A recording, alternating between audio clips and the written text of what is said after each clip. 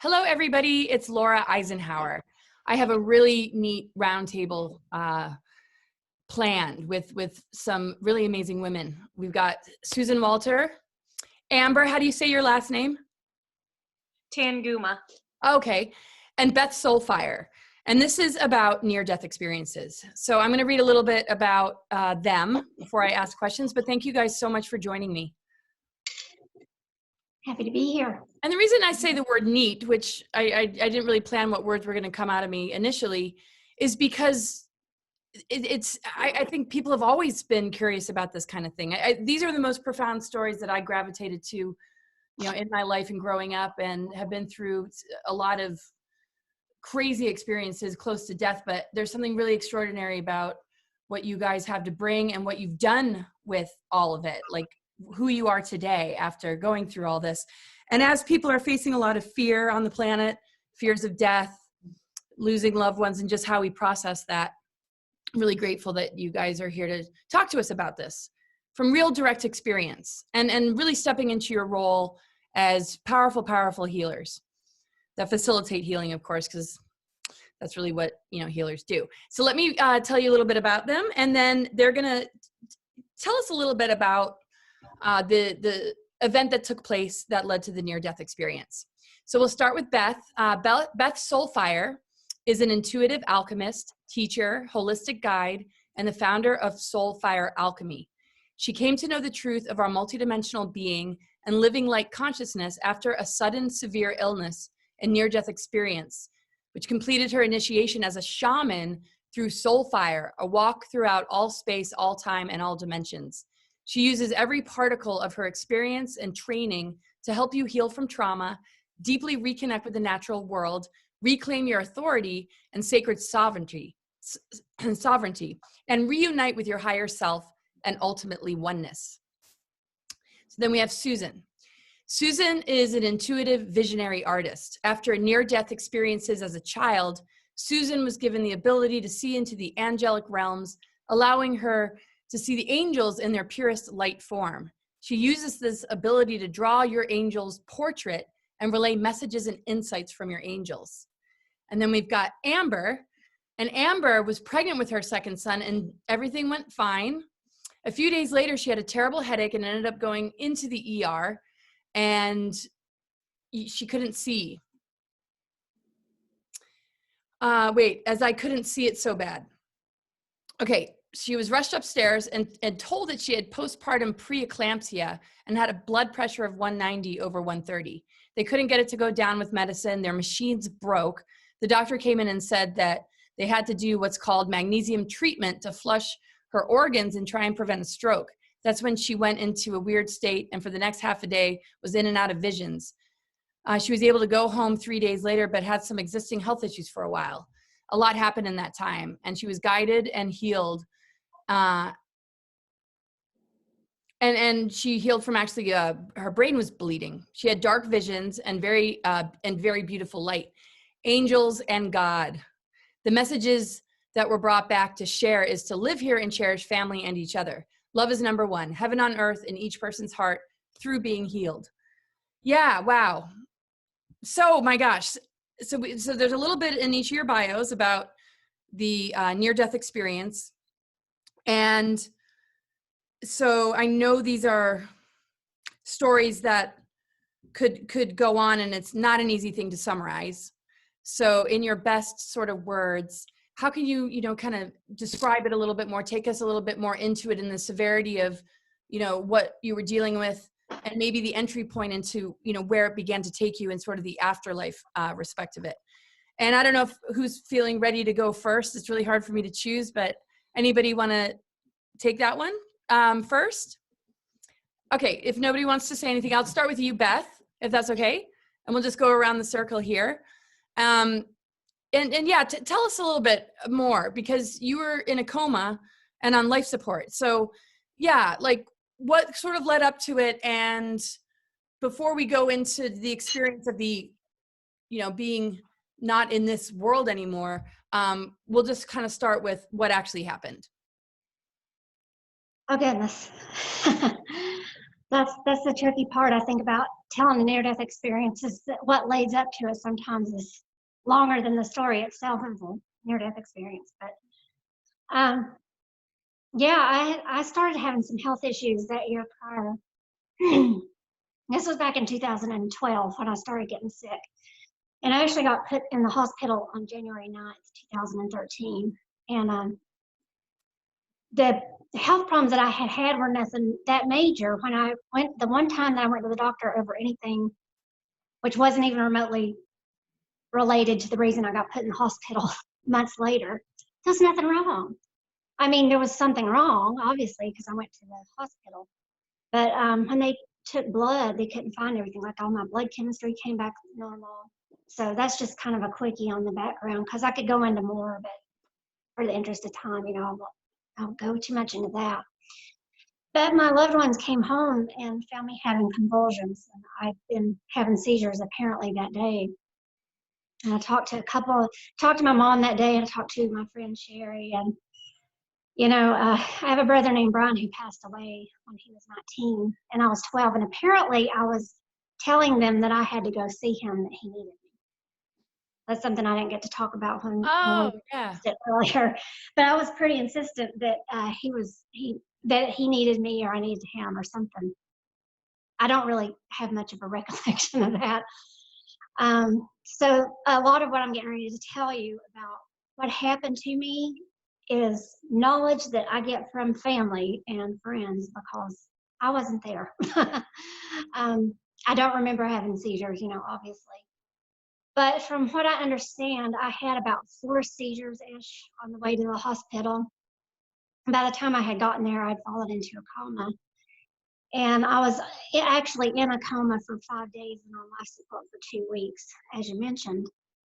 But I was in the hospital for weeks, bordering months, and then had a long recovery after that, which I'll talk about in a second.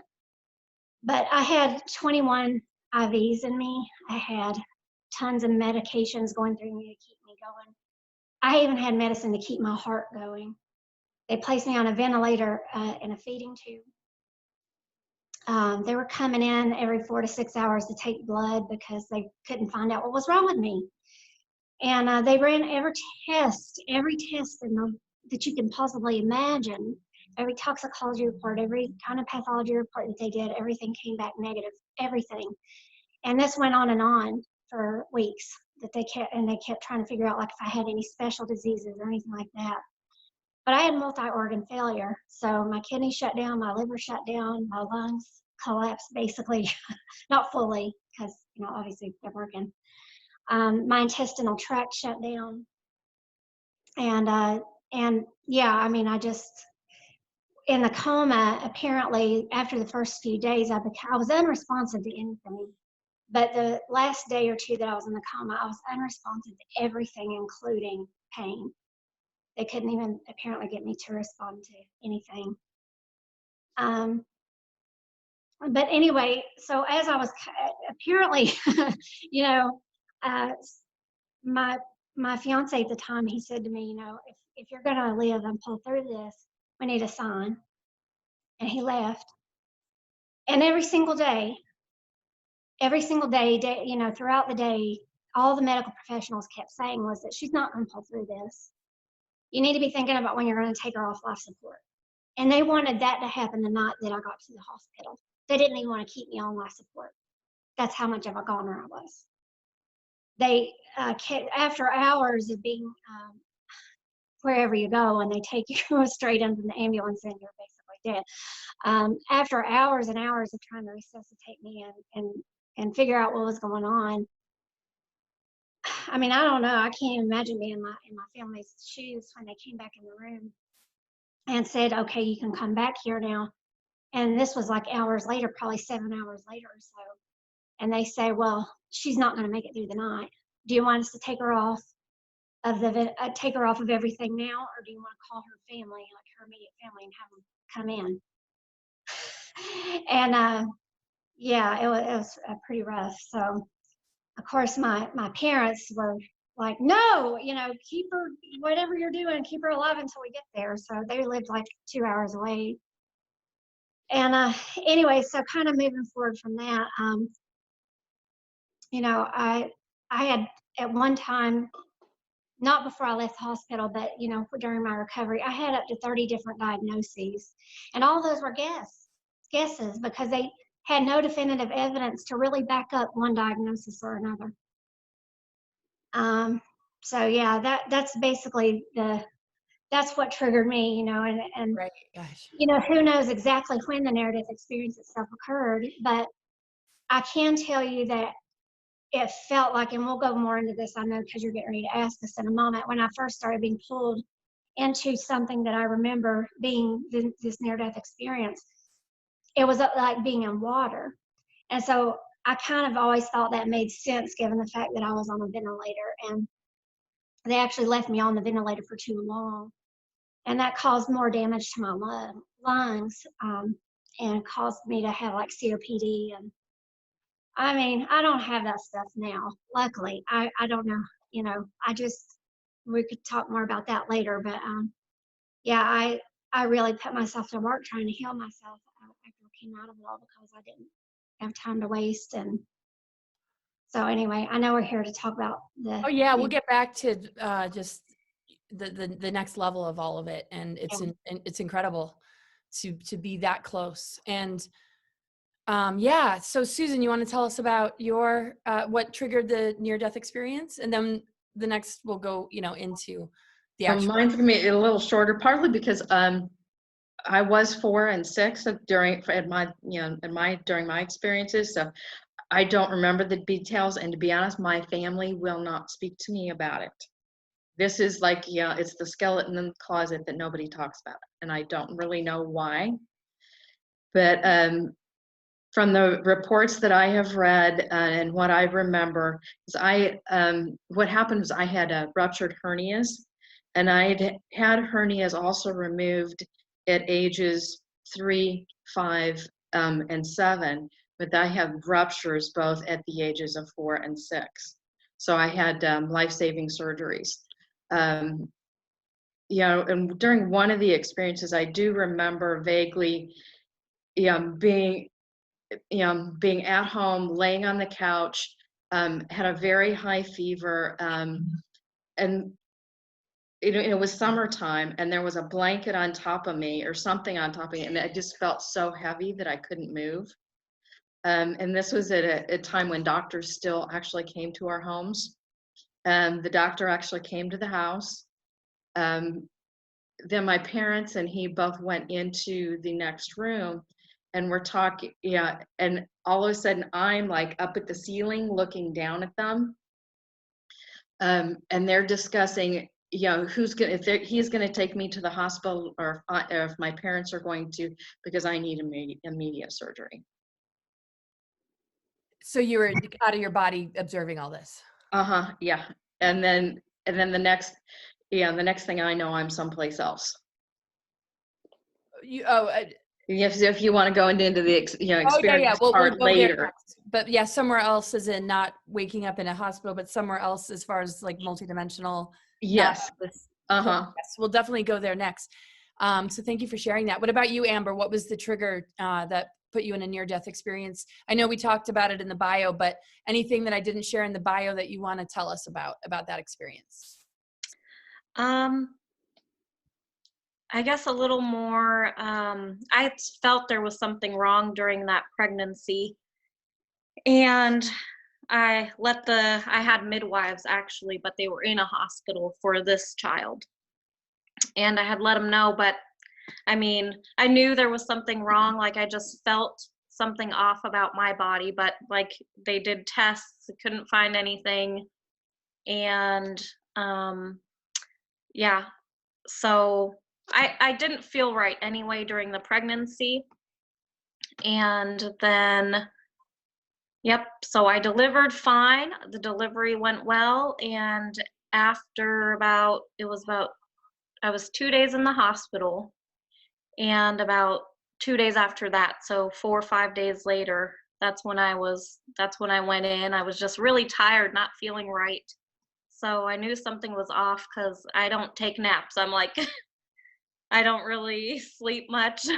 and I was just like having 2 and 3 hour naps for like 2 days. And I'm like, this is strange. And so actually my fiance had to come in and wake me up. And that's when I could have just stayed sleeping. And during that time, when I look back, it's really strange because I felt like I was with my son and we were napping, and it just felt so good and like peaceful. And I thought to myself, if I was just ready to die, I could just die here like this, just so peacefully. So I think it's weird looking back now that I just had that thought randomly, and I didn't think there was much wrong. It seemed normal to be tired after being pregnant and having a baby, all that. So yeah, he woke me up and we just knew something was off. It's like this headache just came massively right away. And yep, that's when we rushed in and put on the treatment almost immediately. They tried getting my blood pressure down with the IV, but it wasn't working, and then their machines broke, and that's when they did the treatment. And also it's interesting because I before all this, I was getting messages that had started with my previous son while I was pregnant, and I was actually told or nursed in a way about all this happening, which at the time I didn't know that.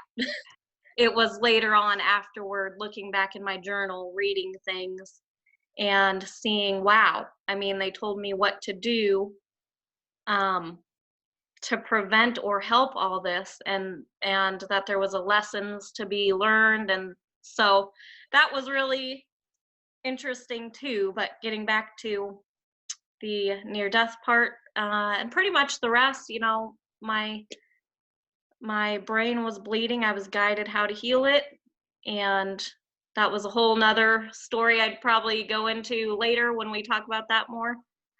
And yeah. Wow. Thank you for sharing that. Yeah. So the power of healing we'll definitely get into, but before we get to that part of it and just the whole recovery, going into the actual, death zone, obviously it's a doorway, right? So that word sounds so dark to people, but yeah, let's talk about like what you actually remember and experience while you were not in your body. And we could, I don't know if we just, I'm learning like good etiquette and how to properly run a round table. I don't know if we should start with you, Beth, but if everybody's just good, just kind of going in a circle in this way, we'll start with you, Beth. Okay, I'm sorry, I had your question and then I lost it. Oh, no worries. So the actual experience of not being in your body and being in that space of the afterlife. You mentioned that death is a dark word, but I'm going to tell you guys something I know you will identify. I think some people associate it with dark, but yeah, go ahead. I have an issue sometimes with near-death experience because there was nothing near about it.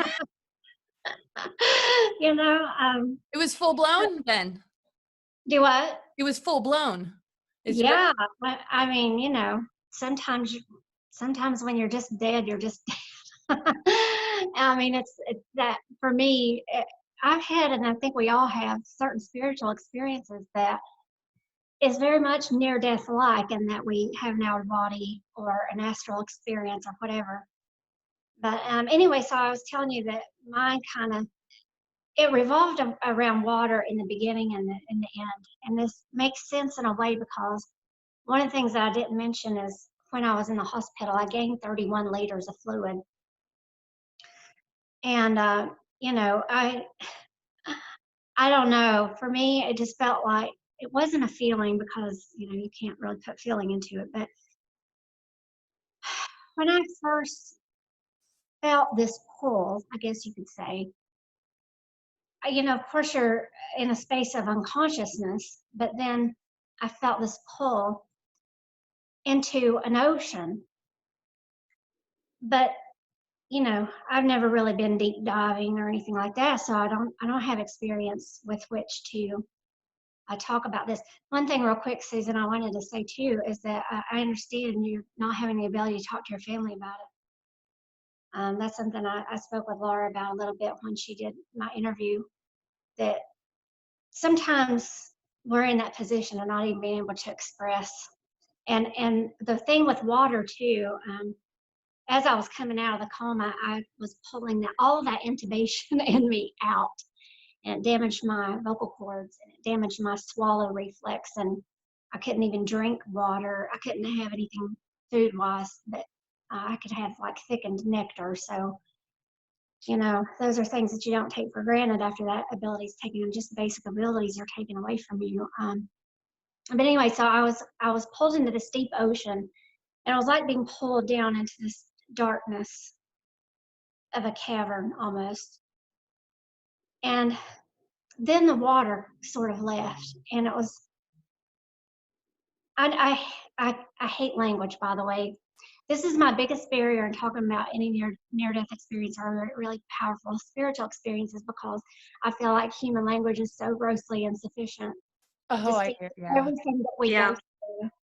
And you guys know, every word that we pull at, it's like, well, no, that's no good. I mean, that doesn't even come close to describing it. So there's a lot of frustration involved in even being able to articulate this stuff. So pardon any puns or, you know, things that seem like, but, you know, we don't really have any other imagery to use except for what we can use that's already in the collective's mind, or even in our own mind, to compare it with. So it was almost like this swirling, like a vortex, but it pulled me into what I refer to as the void. But in that void, I kept going. And what I mean by that is I saw like what I could only describe or equate to like an event horizon. And for me, this didn't take any time at all, right? So it was like a pretty, I don't know, time really doesn't exist in that moment, but in the grand scheme of things, it wasn't that long of an experience to be pulled through these layers. And coming through this event horizon, I was in this place that I can only describe, that has no dimension and no time and no space, but everything was there. And when I mean everything, I mean all time, all space, and all dimensions. That's not something that you can convey to anybody. Right. I think even people who sit in meditation for a really long time, who are able to reach a state of nirvana or bliss consciousness, or they have some sort of experience that pulls them to this place of a stillness that's a place of all existence. And so the only thing I know how to describe it, or way I know how to describe it, excuse me, is that I can speak about, and we all hear that term, the I am and the oneness. But I didn't witness and observe the oneness or the I am. I was the I am and the oneness, but we all are. So it's not like, you know, I'm just like, I'm sitting here going like, you know, I'm the oneness. No, we all are, right? But my consciousness got to go to that space or that place. I like the word place better. To observe experience, you could use those words, but it wasn't even an observation or experience. It was a beingness. It was a suspended animation. You know, how do you even begin to speak to understanding the alpha and the omega, and how that doesn't have an ending or a beginning? And there's no directional point of reference, and there's no dimensional point of reference. So yeah, that was for me like that ultimate space. And you mentioned a doorway, and I want to speak to that doorway in a second as it relates to spiritual experiences. But I was pulled, I got to kind of like be there, right? And have that experience of being oneness. Then I was pulled back, and I was being pulled back through this event horizon. One of the things I want to mention is think about a black hole, right? None of us know what a womb might be like or what a black hole might be like, and we know that it's just a scientific theory, as is everything, right? Most of it's just theory. But if you put yourself in even being able to witness what they think they observe is a black hole, nothing escapes from it, not even light, right? But if you look at it, there's light escaping, right? There's stuff, this matter being spewed out of it, right? Pure creation. But it comes from this space and from within the black hole of like what seems to be nothing, but is it, right? So it's kind of like, in a way, the idea of Schrodinger's cat. It's both alive and dead at the same time. It's everything and it's nothing. It's all things and it's no thing. But as I was being pulled back through this void, that's when I entered back into the void. And there was I refer to them for other people as a collective. I don't know them personally as a collective because they don't have a name. They don't have a form. I mean, I could call them shadows of light, but would that make sense to you? Right? I mean, those of us who have an experience like this, it might make sense to you, but you know, they basically were trying to give me an understanding of what my soul's purpose was. And so I saw all of these different timelines they were showing me, and all the different possible paths that I could take or choices that I could make.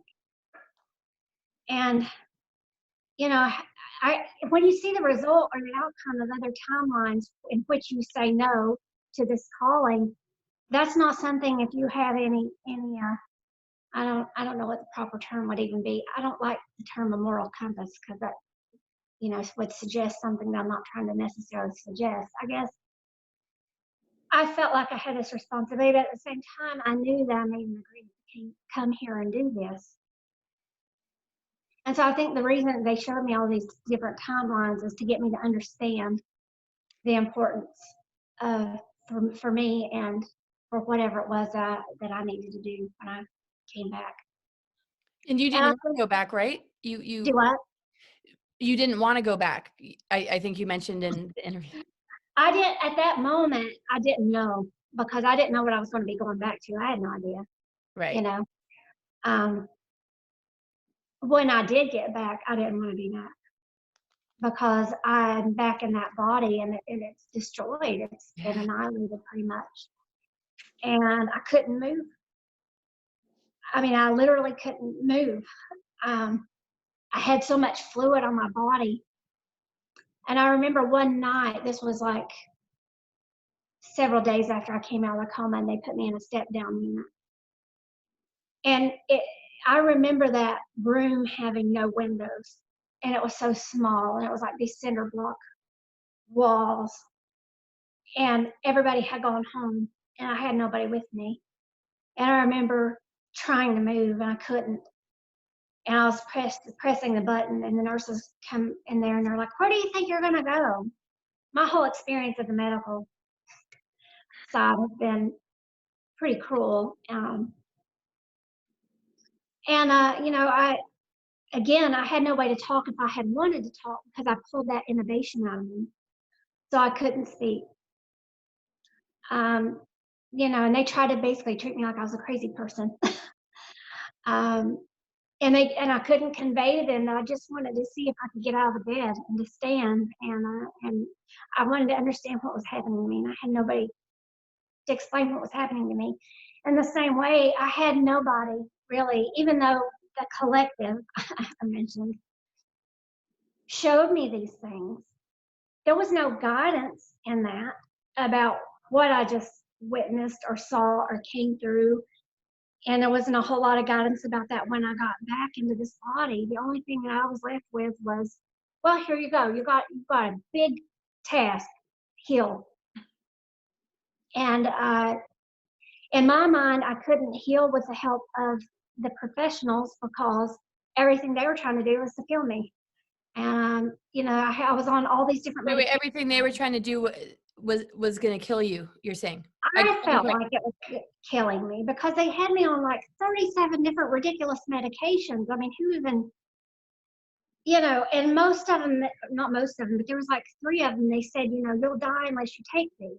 Well, as I told you, I worked very hard to systematically get myself off of those medications. And I didn't have anything else to do after I come out of my recovery. When I finally got to the point where I was able to actually pick up my phone or have my computer and actually do any kind of research, I couldn't do a whole lot of it on my own right out of the gate. Fortunately, I had been a massage therapist for many, many years, and I already had a basic knowledge of holistic medicine and some knowledge of like herbal and supplemental therapies, but not a tremendous, not anything that would like point me in the direction I needed to go to try to heal all the things that were wrong with me, all the diagnoses that they came up with. I know I'm using a lot of air quotes, but because really there's no terminology that is even correct. I get so frustrated just speaking about this stuff. You're doing amazing, but it's really just that awareness of they can't help you. This is something you have to kind of figure out, and then you started to move in the direction of how you were able to heal and recover, which we'll get into when we go back around. But yeah, it's incredible.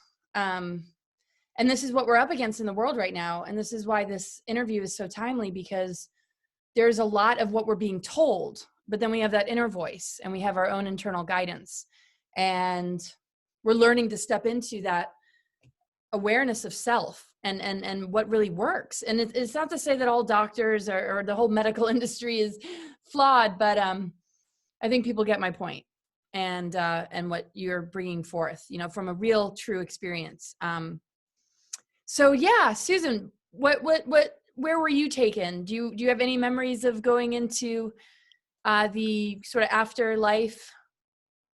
Yes, I do. The first thing I remember is being in this, very large, a very expansive park type setting.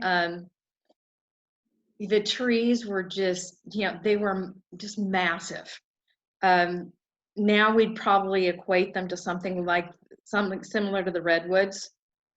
And there were these 3 light beings, that I, now, generally refer to as angels, underneath that tree that introduced themselves to me. And, I grew up on a farm in central Iowa. And I was, as a kid, I was notorious. If there was a nest of baby rabbits or baby mice or whatever, I found them. And I just, play with them with my fingers and kind of let them, like walk around on my hands and stuff. And just, that was what I did to entertain myself all day long. It's my parents, they pretty much, all 3 of us kids, we were just allowed to just kind of spend the whole day outside when the weather permitting and just do kind of whatever we want. We came back in the house when we were hungry. But once I was introduced to these 3 beings, and then they pretty much just asked me if I wanted to see the world through the eyes of the animals. And they started out with animals that I was familiar with, like, mice and rabbits and, small animals. And then it just, for me, it felt like I was literally seeing the world through their eyes then. And I was just going from animal to animal to animal. And then I ended up, in different sized birds. And to be honest, I'm not really sure what types of birds they were. The next thing I know, it's like one of them like dove down into the water, and then I jumped from being in this bird that was probably feeding into a fish, and then like in the last one was probably some sort of whale. And then I was just feeling the expanse of the ocean. And then all of a sudden, and this is a part, to be honest, I've only ever shared with one other person, but then with that, it almost felt like I was in the void, would be the word I would use now. Right. You both. It was this darkness. Uh-huh. And then I was shown where I had been an angel. And I was being, or it's like I was going to be one. That's, you know, like when the soul separated from the creative field or creative force. When that took place, it's like I decided I was going to be an angel, and that's where I was going. And I was with 2 other beings that were also doing the same thing, and we were stopped and actually asked to come to be planet creators. Was the closest to the words I could use to describe what we were asked to do.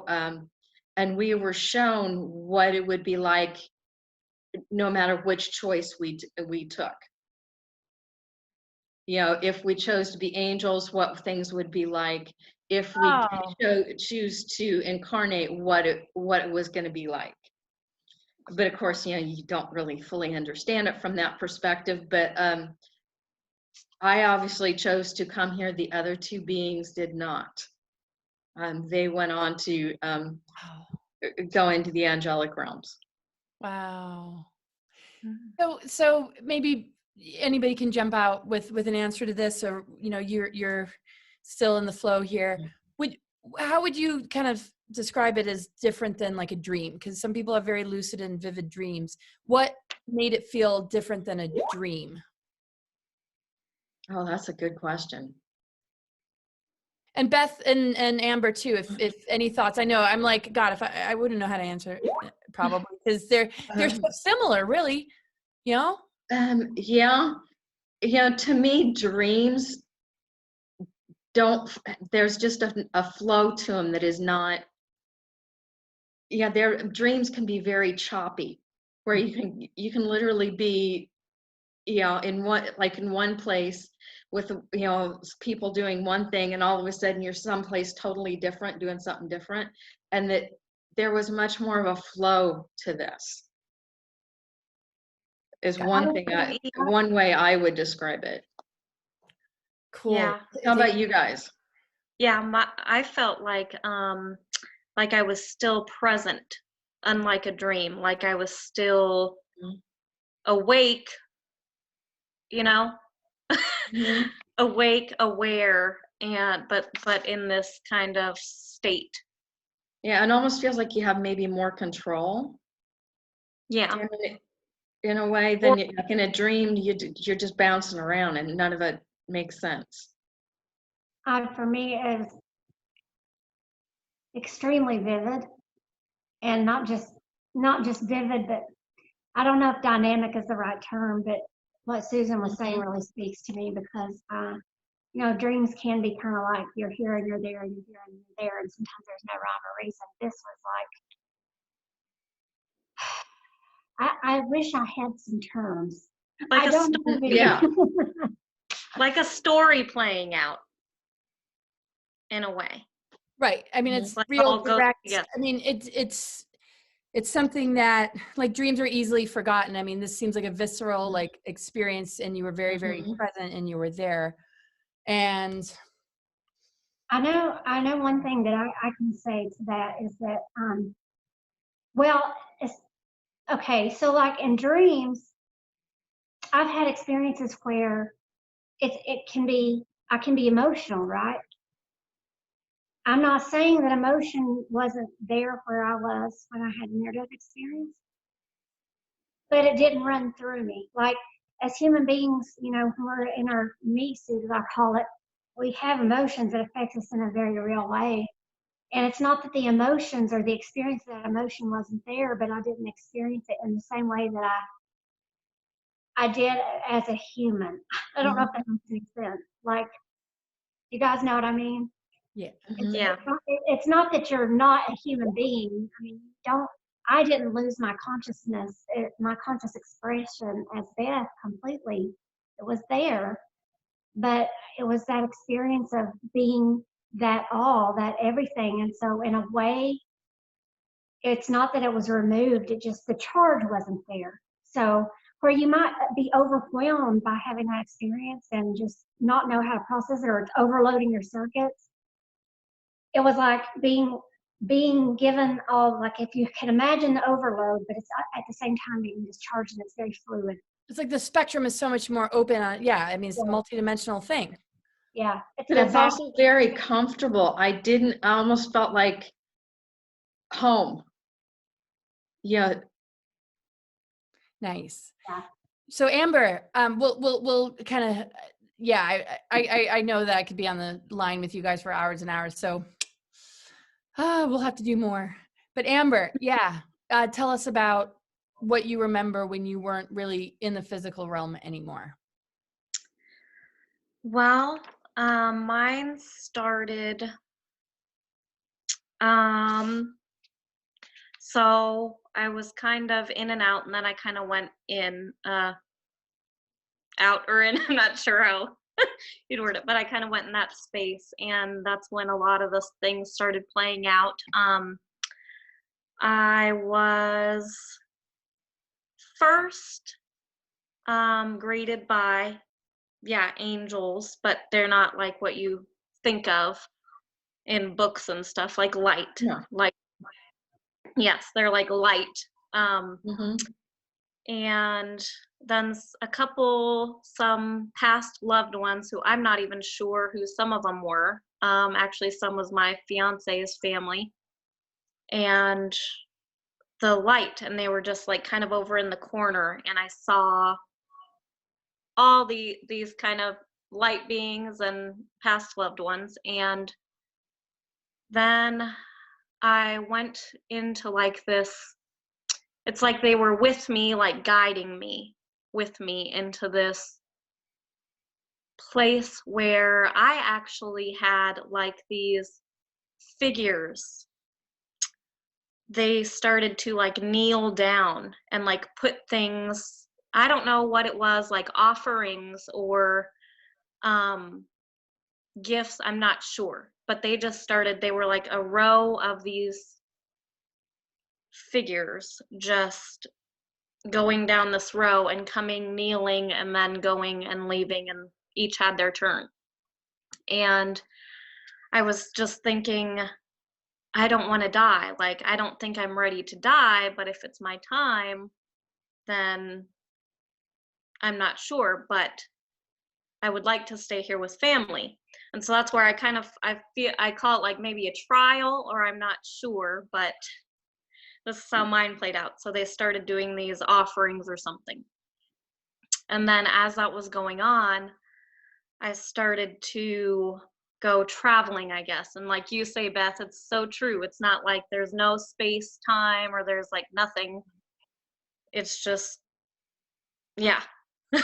Right. So it's multidimensional, but it's also non-dimensional. It's like everything and nothing, like you said. Yeah. And you all are in agreement to that. Yeah. Mm-hmm. Yep. Continue. Awesome. And so I started seeing some dark stuff, like dark figures. And again, there's not really human words for it, like dark. They weren't beings, but they were like just energies, like a lot of shapes and really dark and gray. And it was like I was passing by or seeing this place, and I just was like, well, I'm not going there. That's like, I didn't feel scared. I didn't feel anything, but I just like, like not going there. It wasn't exactly even a thought, not going there, but I just was observing and like, It was like no. maybe avoiding like a big ravine or a ditch or a murky swamp when you're on a hike. Maybe you just see it, but you know not to go there, I guess, or get stuck in the quicksand. Yeah, I guess like that. It's like just passing by this time and seeing this place, but not even really a place, just going through this void maybe, but then I saw shapes with it. And so then we traveled and went to the light place. So then I saw all this beautiful just colors and shapes, and like I can't explain it except neon, vibrant, like very colorful. And I just felt so happy and beautiful, and like just this overwhelming feeling inside that I can't really explain, because that was also different from like the God feeling when I saw the big light. But this one was just like happy and very, very beautiful. And I saw this whole time I had like Mother Mary and Joseph really, really close. And so people know I was not religious before this. I was very in the middle of everything, and I still am, but I've just witnessed and been in the presence of the angels, so I choose to use, you know, that energy now, because I just love it. It's not a belief system once you experience it. Yes, right? exactly. I mean, it's just crazy now. I'm like, wow, I look so much different than because I went through all of it. I experienced it. Yeah. And so they really guided, they were like my kind of with me going through all this. And so then I had the this one was strange, but I had that Tim McGraw song, Humble and Kind. I just started hearing it for some reason. And we're not in this realm. Yep, while I was in the beautiful kind of place. And oddly enough, after all this, my fiance had said he heard that song, but it wasn't in a car. He thought it was a car next to him, and it was nowhere around. Like, it really wasn't. So, and then the times matched up, because he was mostly there with me, but they had him leave because he was there for like a night, day straight, and they're like, you need to let her get rest. You need to go. So that was really awesome. Like, I'm like, wow, that's crazy. But anyway, then back to, then that's when I started getting these visions of like the future. So this is when I said, you know, please let me live. I'd like to see my family. I'd like to be with my family, but I understand if not. But if so, I mean, that's what I'd like to do, is stay and be with my family. And then they started showing me like some birthdays. It was like everything was so fast, but not.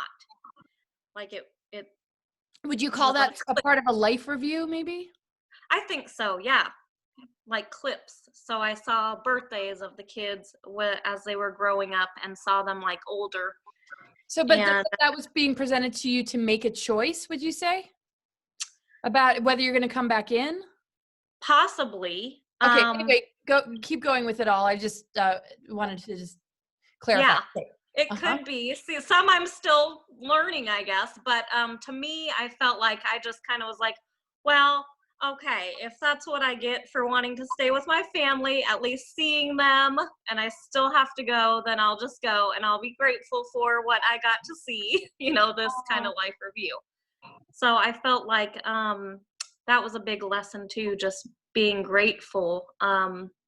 Like, this time that we have here is really limited. So, I mean, during that whole thing, that's how I felt, is like, wow, okay, I'll appreciate what I can get.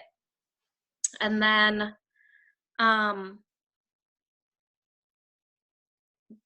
this was then when I started like kind of seeing, it was weird because it's like I don't know if I've had out of body before, and this was kind of like a mix, almost like I could see it, but I was also here.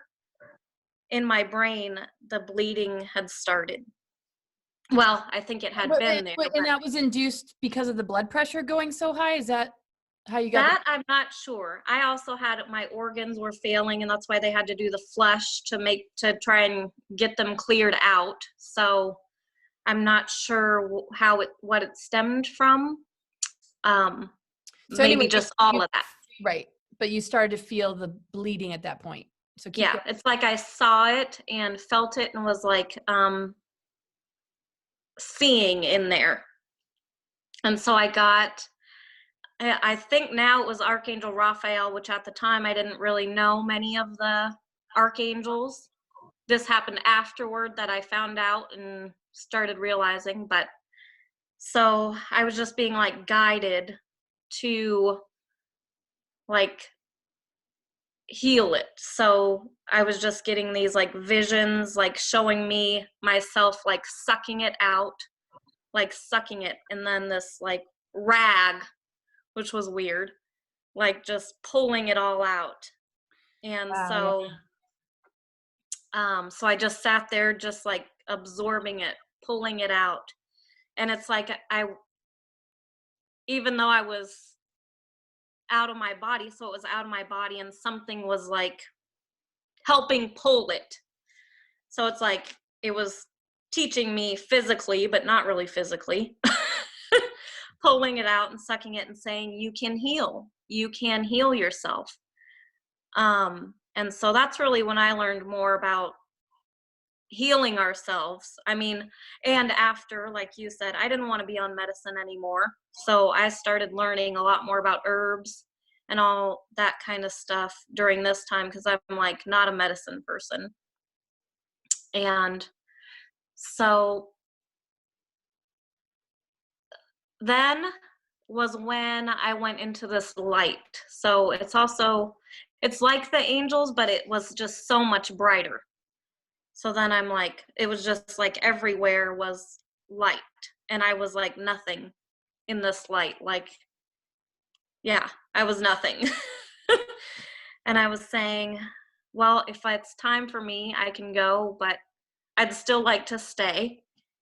And there was no words, it was just this overwhelming feeling of just love. Like, and that's the only way I can explain it, but it's so much more than words can say, love. all Like, of you it's are just so much definitely, more. or yeah, it's really tough to put And into words. Yeah, and I all of just you. wanted to stay there. I just wanted to stay. I'm like, well, I could just stay here, but I still love my family and want to be there, but I could just stay here if it's time. And then that's pretty much then I kind of came back in my body, I guess, or aware, like fully awake. And so yeah. Then afterward, I was in the dark room too. Like everything was dark, no windows. It was like nobody was there. Rico would come when he could. That's your husband, huh? Which was most of the time, yes. And he really was there most of the time. I guess all this happening was probably maybe like 4 hours. And to me, it felt like, I don't know, I don't have a sense of time, because I was really out of it too for like a couple weeks after. I really had to get back into myself. I don't know. And yeah, I was given drugs and all these blood pressure. I kept having to go get, more, less. And then I actually ended up back in the hospital 2 days after I got out. I was there for 3 days. Had to go back because the blood pressure was high again. And this time they said, we don't know what to do.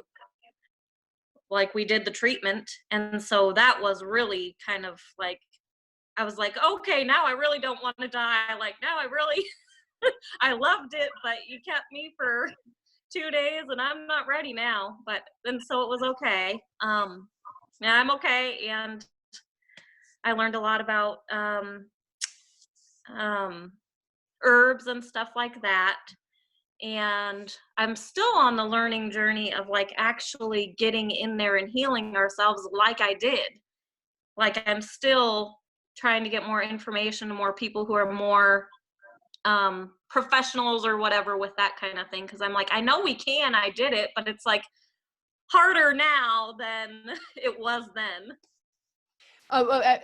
Harder now.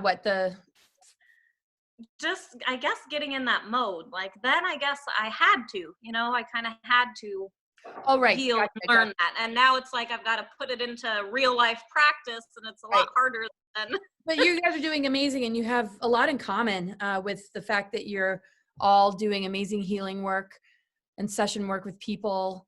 And yeah, I mean, everybody will have access to your websites, which I'll put in the description. And what's really amazing is accessing something that is not very accessible in the human realm, right? We really need to lift these veils between life and death, the waking world and the dream world. And just to hear your stories of connecting into something that helped you to feel empowered, that you were going to take the initiative to heal more on your own terms and with what you intuitively knew and know deep within is the best way. And you were maybe, you know, and it just really feels like you open gateways and it ripples out to the rest of us to be able to break those veils and those seals and those fences that separate us in a way. I mean, not like true separation, but a illusion type separation from true source, you know, and the polarity, the duality that we see in religion and how it expresses itself. So I'm sure you guys come from families that might have had belief systems that were totally challenged by all this. And I think you mentioned that, Beth. And so, yeah, I want to shift gears into like the healing journey and the different things that, you know, came along. But I also don't want to forget to ask about, maybe I should just do it right now and somebody can give a quick answer. When people talk about false light and archons and, you know, imposter beings, do you ever feel like you've run into that? Or when you hear that, it's like a immediate knowingness that that's not what happened to you guys? You know, because I just imagine that there might be comments like, oh, well, whatever light they saw might be the archons, you know, the false light. And I'm just not getting that at all from any of you, that that's what took place. But maybe real quick, one of you or, you know, can answer that before we move to the next thing. What do you think of those kind of theories? And even if they do exist, that certainly isn't something it seems like you guys experience, right? Or what are your thoughts? I know it's nothing like what I experienced.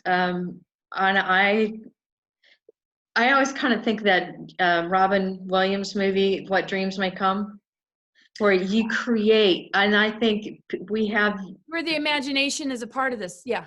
Yes. And what the people that have experienced those type of things, I think it's something that they're pulling from their human experience into into that as well. At least that's my personal opinion. Right. Well, it's like a larger dream landscape, but much more real. So, Beth, go ahead. In my experience, our heart portals, our heart center is directly connected to that source energy of perfect divine love. And when we're able to tap into that, now this depends on who you're talking to and who it is that you're speaking to, right? Because as a healer, you kind of have to figure out how to meet people where they're at. It doesn't matter where they're at, what their belief system is, right? So, but to certain people, I could put it in this term, you can interrogate the spirit, so to speak, or if you are coming up against an entity or a being or an energy form even, that does not resonate in that field of divine love, you're going to know if you ask them to send you that or to let you experience how they're connected, how they serve light, how they serve divine love, divine compassion. So you're saying having sort of a discernment and asking and seeing what you get, and that's how you can navigate between. High discernment is close to my heart. I love to talk about that because there is a way to do that. And that's part of our empowerment. That's part of our sovereignty. That's part of taking our authority back, is to understand that we can have that. And they're not going to be able to, because there is false light, and I'm not saying that there's not. And I'm not saying that they don't trick human beings, that they do all the time, into trusting them and thinking they're whatever it is that they're trying to put this facade on, that they're not. But when you've found a way to really tap into that divine love and divine compassion, I don't think they can masquerade. At least, no. I have come to the conclusion that shatters them pretty quickly when you ask them to show that, or to give that to you, or to show, like, send a frequency of divine love and divine compassion to me that I know who you say you are. They can't do it. Right? Brilliant. Yeah. So yeah, well, I mean, you know, you three are very extraordinary in the fact that not only did you go through this, I know, terminologies, near-death experience and actual, you know, death experience and returning, which we'll talk about the alchemy and the healing, because, you know, death is not a final ending. It's death, rebirth, alchemy, transformation, which is, you know, what you guys are coming back with is that ability to heal, the ability to listen to yourself and connect with healing tools and modalities that can really help people to connect in a very preventative way with all this crazy stuff breathing down our neck. So talk to us about the healing journey part of it. And as you started to get off those medications, what world were you entering and what was the healing transformational process like for you? And then you can maybe talk about what you present to others and what sort of teachings and services that you provide to others. And it's not like a closure thing, you know, but it's just a way to kind of tie it in, because obviously what has worked for you is something that you know, gift others with. And, you know, at the very end, we'll talk about like websites and any upcoming events. But yeah, the healing part of it, where you started to take your power back, knowing that these medications and drugs that you were on were not going to cut it. Hey. Yeah, go ahead, Beth, if you want to answer that one. Oh, let's see. Or if you feel like you need to pause and we could go to somebody else and come back to you. I'm just Fine. I'm just trying to figure out like the beginning. you talk about the shaman journey and things connected to starting to communicate with the trees and the woman you worked with, we talked about, and what kind of protocols did you set up for yourself? And yeah, what kind of helped you to be this radiant being that you are today with everything, you know, when you came back in being shut down? Like what after I had like I mentioned, I had been a massage therapist for many years, and I had Reiki, so I at least knew how to do that kind of energy medicine. And you know, I wasn't as I've always been somewhat of a spiritual person, but boy, this turned it up, right? Nothing like a near-death experience to do that to you. And I'm still on this path, just like Amber mentioned, of discovery and epiphany and coming to new realizations of like what it all means, and oh, this is connected to that, and all this other stuff. And that's a good thing, because we're all on this path of spiritual evolution. I started just doing my own hands-on healing, and I started receiving information about like exactly where to channel that energy into the organs that had failed me, and my tissues and my cells, and you know, trying, just like I said, doing research to try to figure out like what supplement can I take that's going to heal this or heal that. So all of that started coming through. But I had talked to you about this before, where I spent the first 2 or 3 years running away from this near-death experience and this calling, right? So for me, I didn't have anybody to talk to about it, and it was hard for me to make sense of it because my brain hadn't caught up to what happened in this multidimensional realm of no space, no time. It was hard for me to really understand it in full. And I didn't have any language to even explain it, even if I could have spoken, right? Which I couldn't, if you remember. Right, because you pulled out the thing and it affected your vocal cords. And not to like cut you off or interrupt, but just to help to for anybody who might have a similar question. So you weren't able to speak, but you had multiple organ failure. I mean, did you have to rebuild a lot in your brain, or was that pretty easy once you started to come in and that everything was kind of firing and you? I mean, we don't have to, I might end up taking you off on a tangent, but I guess that's fine. Good luck with that. Whatever I just did. I've had a lot of. I had so many different therapies to like rehabilitate. We don't know how much, if any, like brain damage that occurred during the coma. But I surmise that there was some, because it took me a while to get cognitive function back. That was a big part of the therapy that I had. I was like, I went through this phase where I was like, I was so shut down and closed in my own world. I had to be out of necessity, but even as my voice started to come back and I was starting to recover and heal. And then you got to remember too that, you know, I discovered Bruce Lipton and the power of your thinking mind, and how you can guard your thoughts and have these thought process to try to rebuild your organs and try to hold your thoughts in the best light that you can. And I had such a bleak prognosis. I had a lot to fight. I had a lot to fight on that because keep going back to the doctor, keep going back to the emergency room, having all these medical professionals telling you, I had less than a 20% chance of living 2 years after I got out of the hospital unless I had a liver transplant. And I never had one. And by the time I got around to where they were like, well, it's time for you to have one, I didn't need one anymore. And they said, well, whatever you're doing, keep doing it because it must be working. So it was mostly starting with the hands-on? Yeah, I started with the hands-on. Right, it's so funny to me because I remember this one small story. When I first came out of coma, prior to all this sickness, I knew like lemons, for example, are a tonifying, healing quality to the liver and to the kidneys. And I remember like trying to write down when I really didn't even have motor skills enough to actually write down what I wanted. So somebody had taken a sheet of paper and wrote down the alphabet for me in letters or numbers rather, so that I could like point to what I was trying to say. And I wanted a lemon so that I could squeeze fresh lemon into my water and drink it because I knew that would help. And they didn't want to give me the lemon because they thought I was going to try to eat the lemon.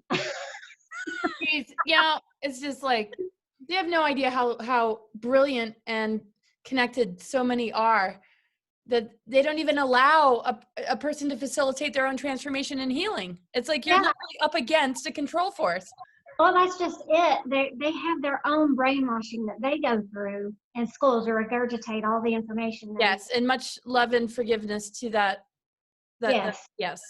And it's not, they know in their mind and in their heart of hearts, they're trying to do what they think is right. Oh, yeah. I have so much respect for people in that field. And this is definitely not about, it's just, this is what people need to know this. So anyway, continue. Well, there's a place for it. It did save my life. I wouldn't be here. I probably were if it weren't for the ventilators and the feeding tubes and all the other, Lord knows how many medicines and IVs and all the other stuff. It's a very co-creative thing, but it is. If it was matched with more ability to empower the patient and listen to the patient, just like how we raise kids, we can't just control the kids and expect them to do what we say. We're here to protect them and guide them to be the best of themselves. So the patient, relationship with anyway, so awesome. Keep going. I'm best advocate. And, I became so highly sensitive to what was going on in my own body. I could tell them what was going on, but they didn't want to accept that, without running a test or whatever it was that they had to do. And if they had no way to prove it, it just wasn't listened to. Anyway, going back to the healing part. So I was just doing what I knew how to do as far as energy medicine and working with, I call them my spirit team, which I have gotten to know more as I got on the shamanic healing path, shamanic energy medicine and practices. But anyway, so I was on this road to recovery, and I spent the first couple of years after it took me a full 8 to 9 months to get out of the wheelchair and off of a walker. And then by the time a year had passed, I was, back to driving. And I was kind of still in that brainwashed mode a little bit of feeling like, well, normal life is like having a career, but my massage career was completely gone. My license expired while I was in the hospital. I had a massage school that got shut down while I was in the hospital. So I really had nothing to go back to when it came to that. And so annihilation has come to me in many different forms in my life, but this was the big one. And so I was just trying to redefine who I was and redefine, what is reality, and trying to come back from my experience and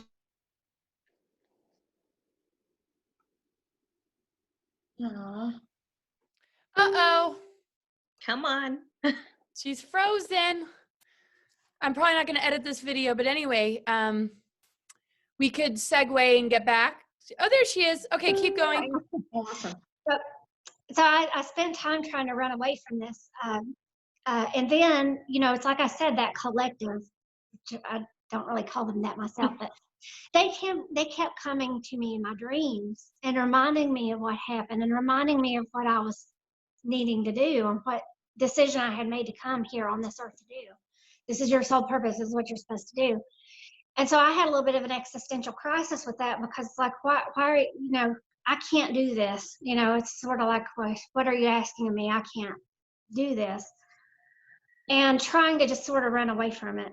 And it was easy for me to do because I didn't have the all-encompassing supportive environment of, yeah, we totally understand, and talk to us about this experience and all that kind of thing. I was very quiet about it. Even when I got back to the point where I could speak again, I just wanted to fit in, right? I wanted to be back to normal again and drive and figure out what. And play human again, but yet you're just beyond what most people can. Keep going. Sorry, I never mean to jump in. That's just whoa. So they, like I said, wouldn't let me forget. So there was a conference going on where there's a bunch of healers and speakers and teachers and authors, and it happens locally in our area. And I had gone every year, and I hadn't been able to go where I had been so sick and everything, but I decided to go that year. And they had a list of all these people who were offering services. And this one lady, her name is Dr. Rachel Mann, was a shaman, and she was offering energy medicine sessions. And I was like, oh, I got to go see her. Well, it was during that energy medicine session that something came forth from that near-death experience, and it just completely popped, right? And it was like, it completely just snapped me back into that reality of, this is what you're supposed to be doing, and this is how you do it. This is your avenue. And so she hands me a piece of paper and says, I teach classes if you're ever interested. Well, I put it off. I made every excuse in the world as to why I couldn't go. I don't have the money for that. I can't drive that far because, like I told you, Laura, there's not a whole lot of shamans in East Tennessee, or people that even do that kind of work. So finally, though, after about, I'd say several months, after that happened, I finally reached out to her and made some arrangements, and I call them mountains because they did seem like insurmountable mountains to me at the time, got moved to make a clear path for me to be able to go and apprentice with her.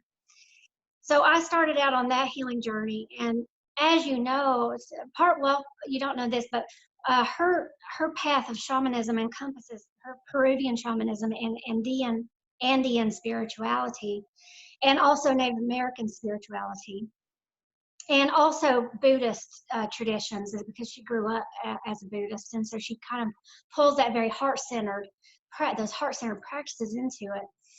But being close to the earth was so special and so important to me, because that's the way I grew up.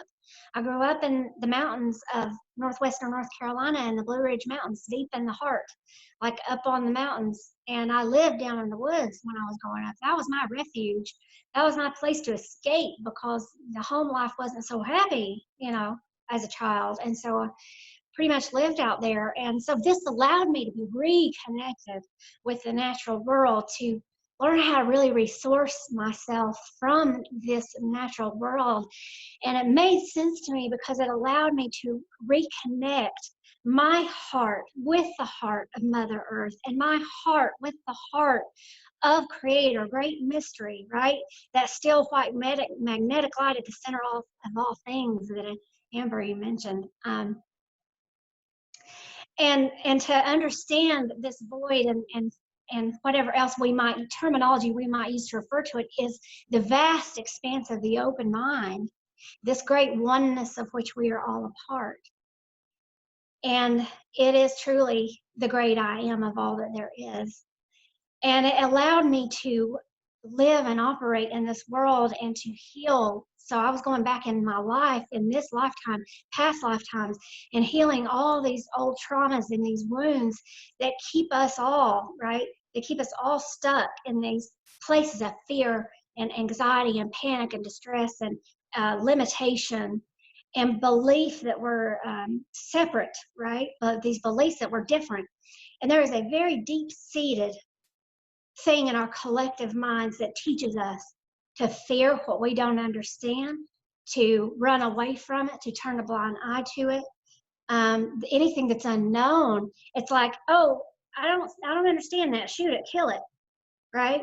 Or let's run away from it, or pretend it doesn't exist. And even as children, those dark shadows that came up for us that we're afraid of, what were we told? Oh, honey, that's not real. And so we're told to deny those senses from the time that we're a child.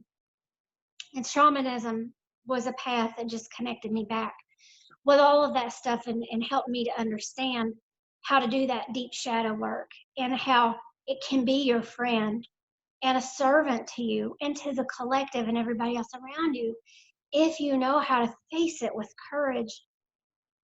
And it does take courage.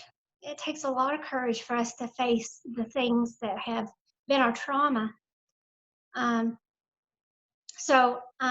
know, that kind of got me on that pathway. And I've had other teachers along the shamanic pathway that have come into my life, and Taoist teachers and all of it. You know, I see the beauty in all of these different cultures and spiritualities and religious beliefs that we have on the planet, but you can look at it and see where it's been infiltrated, right?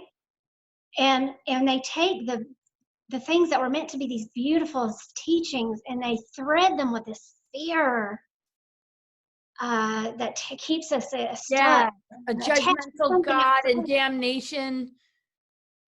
There's no hell. And we can't source spirit from outside of ourselves. It's right here, right? And it's all within us. So that gets into a whole lot. I could talk about forever. We might touch. I think we could listen to you forever. Everything you say is really beautiful and amazing. I mean, it's true. I tell all of you. I'm just like so thrilled. Yeah. We could all sit here and wax philosophical all night, I'm sure.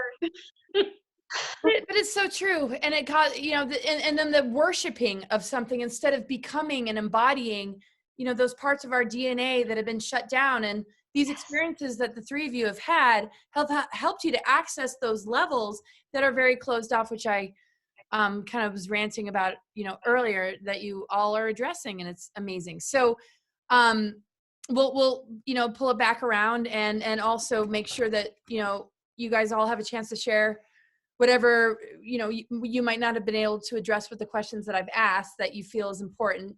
And we want to kind of bring things into present time and look at the current world situation and what you're feeling, because you're holding a really huge role. And what brought you back to this earth that is very clear has a lot to do with where we are right now and how you are helping to usher souls into the new paradigm and open up these gateways and help us, you know, help humanity to remember, you know, what our true power is. So I think it was Susan next that we were just going to kind of stick with that order to talk about the healing journey when you needed to get your health back and the decisions you had to make and what has brought you to where you are today as far as the work you're doing. I have a totally different experience with the healing process, partly because I was a kid and not only didn't have the knowledge, completely different age group. Yeah. I wasn't in an authority position to make those decisions. So I continued to have a lot of health issues for many years, particularly kidney and bladder issues. And I won't go into all those details, but I'll kind of jump ahead that I always dreamed of having children my entire life. I'd have dreams of being a mother. And then 2 weeks before, or right about 2 weeks before my first wedding, I'm at the doctor's office and he makes a very unusual comment because I'm there to get, you know, to renew my birth control prescription. And yet he makes this comment about me maybe not being able to have children.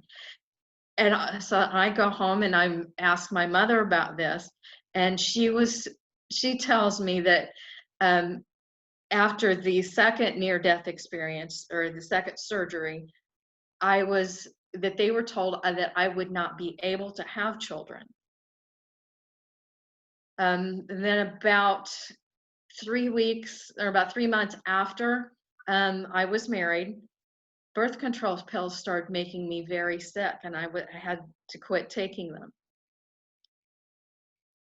Needless to say, about 3 weeks after my first wedding anniversary, I give birth to my first son. Oh my gosh. And I don't know, that whole having a child totally changed the chemistry in my body. And now I'm one of those people that it's extremely rare that I ever get sick. And I now have, I have 3 sons, and I also have a daughter, who we heard Wow. through here a little while ago. And I even have 4 grandchildren now as well. Oh my gosh. How amazing. I mean, this is what is available that people need to be reminded of this. Reality is fluid, right? I mean, Yeah, it's like, Yeah. I honestly believe, because I was never told that it was doubtful that I'd be able to have children, and I always believed I would. I had no doubts that I would be a mother. It just, you know, I created that reality. and this is what's so huge in this time that we're in. We're at a major crossroads. People really need to choose to recognize this great ability to, you know, co-create our reality. But Mhm. what are your thoughts about, you know, when you see somebody that's not in integrity and who, I mean, in the whole karmic principle of like racking up a lot of karmic stuff, and also how certain beings out there, leaders, not the president, I'm not going there in that political sphere, but when you see like AI and this total takeover and potential takeover, like what are your thoughts, you know, coming from the perspective of, you know, being like very whole and very aware, where the unconscious is not hidden from you. You've shown a light on it, all of you, and you recognize your fullness. And when you see these sort of agendas, I mean, what do you intuitively feel about the timeline we're on? When I look at people that it is their intentions to bring those timelines forth for us right now, yeah, I see the same light and the same potential with them. I see angels with them, just like with everybody else. But their personal energy fields are they're not connected, not only to Mother Earth, they're not connected to other people. Because like, even I could, yeah, like between a husband and wife or some partners, a lot of times I'll see an energetic connection between the two of them. It's like with these people, I do not see an energetic connection that they have to anybody. Right. And yeah, it just, there's this energy lacking within themselves. And they're trying to impose this on everybody and kind of drag them down to that level, would you say? Yeah, because they don't understand that, yeah, other people are different, that other people do feel connected, that other people are. They just, it's like something's happened to them that they're totally cut off. Right. I think, you know, the trauma-based mind control that's passed generation to generation creates such a disassociation that, yeah. Any thoughts on that before we move on to Amber to hear about your healing journey? Do you guys want to chime in about, but before I offer that, do you feel like, you've finished what you wanted to share with the question that I asked? I wouldn't want to, you know, shift gears. It's really, really amazing what you shared. Thank you. Experience, and I'll be right back. Awesome. Thank you so much for what you shared. It's incredible.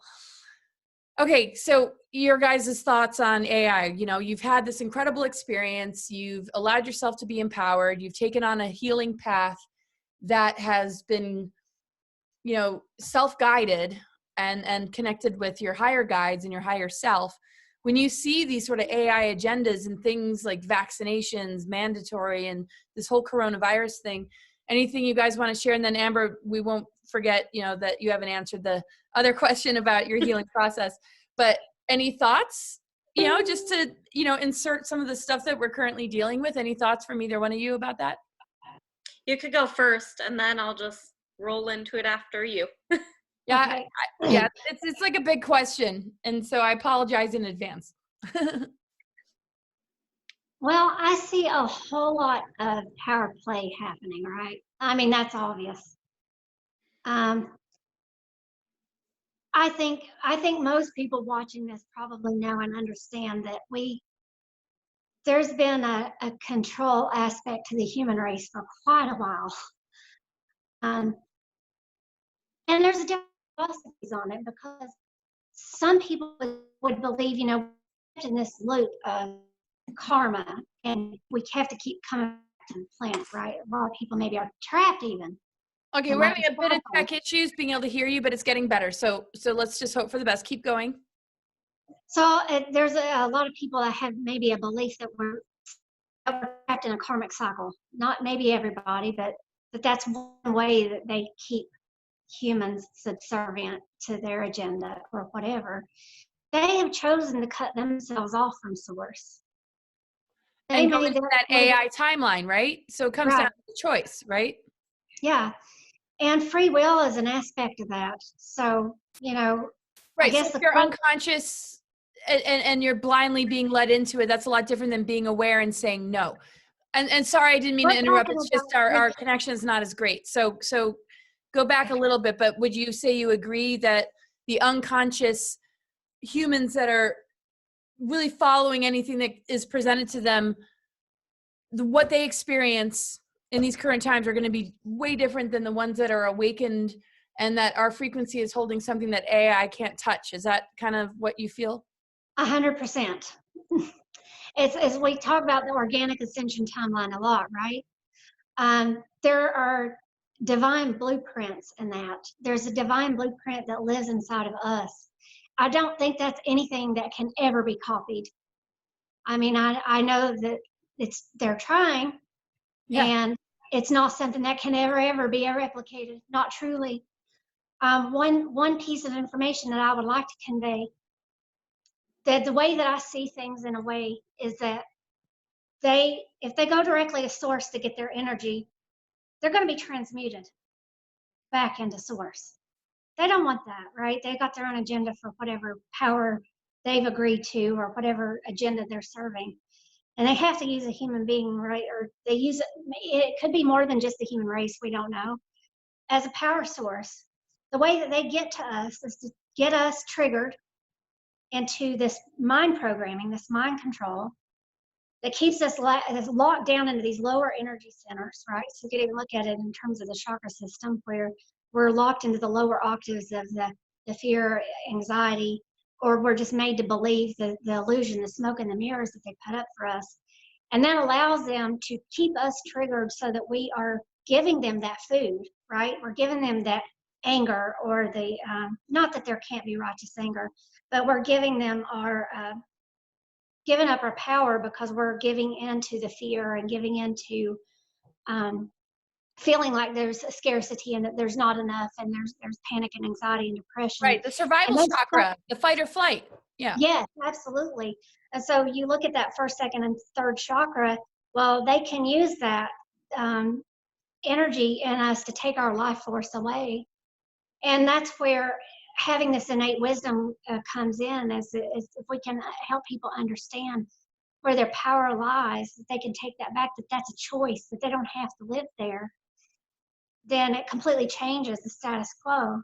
And the more people that can wake up to that, the better. The less control that they have and the less power that they have to carry out this dark agenda, or, you know, if their whole idea is to kind of take over once and for all and make us all, you know, if you're looking at injecting It's like somebody not with a going to vaccine, happen. right? And maybe, and we don't know this for sure. And Laura, I'm interested in know what you think about this. Maybe if they think like if they inject us with this thing, and they got 5G or whatever it is that they're using as a mechanism to control, that maybe it would cut us off from source. I think there's some connections, like, and it's an unbreakable bond. It's like everything trying to break up true love never wins in the end. I mean, we even see these archetypes play out in fairy tales where, you know, it's this separation and the quest to return to the true love. And to me, you know, it's represented in these higher dimensions that we can reach. It's the greater love story that's connecting us to the avatar consciousness, the Christ Sophia template. Yeah. I don't think anything can cut us off from that. I mean, we wouldn't be here right now, all of us, and all those that are watching that can think clearly, are free thinkers, that are connecting with their inner guidance. I don't think there's any frequency that can break that connection. There are vulnerable people, though, that are used to following the rules order into the new world order, even if it's been very corrupt and very contaminated from behind the scenes with outer facades that keep us locked into like the news that are, basically false flags and a lot of narratives that steer people on a mind control level.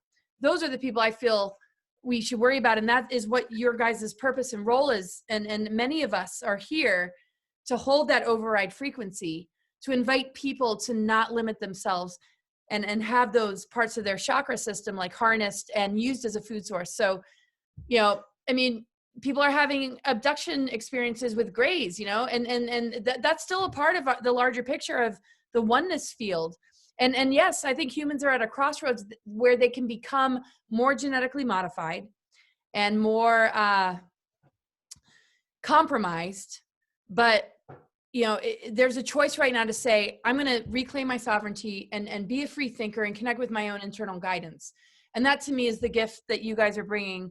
And what I'm feeling is like really coming through big time. Well, that's just it. We've all been trained to not critically think. We've all been mind controlled. Yeah. Don't critically think. Take what you're given and take it as gospel. I was told. Exactly. I was told I had learning disabilities. Yeah, I was shut up and shut down my whole childhood, so it's kind of surreal to even be so verbal. But Amber, and we'll come back, and I love you guys. I'm so happy you're here and doing this with me. So Amber, talk about your recovery process, and then we'll move on to, another question, and then we'll probably have to close soon, which it's not going to be easy to do. But anyway, Amber, so what was your healing process when, you recognized that you were being given a lot of drugs, and yes, they saved you, but the personal empowerment part of your healing journey, take us into that.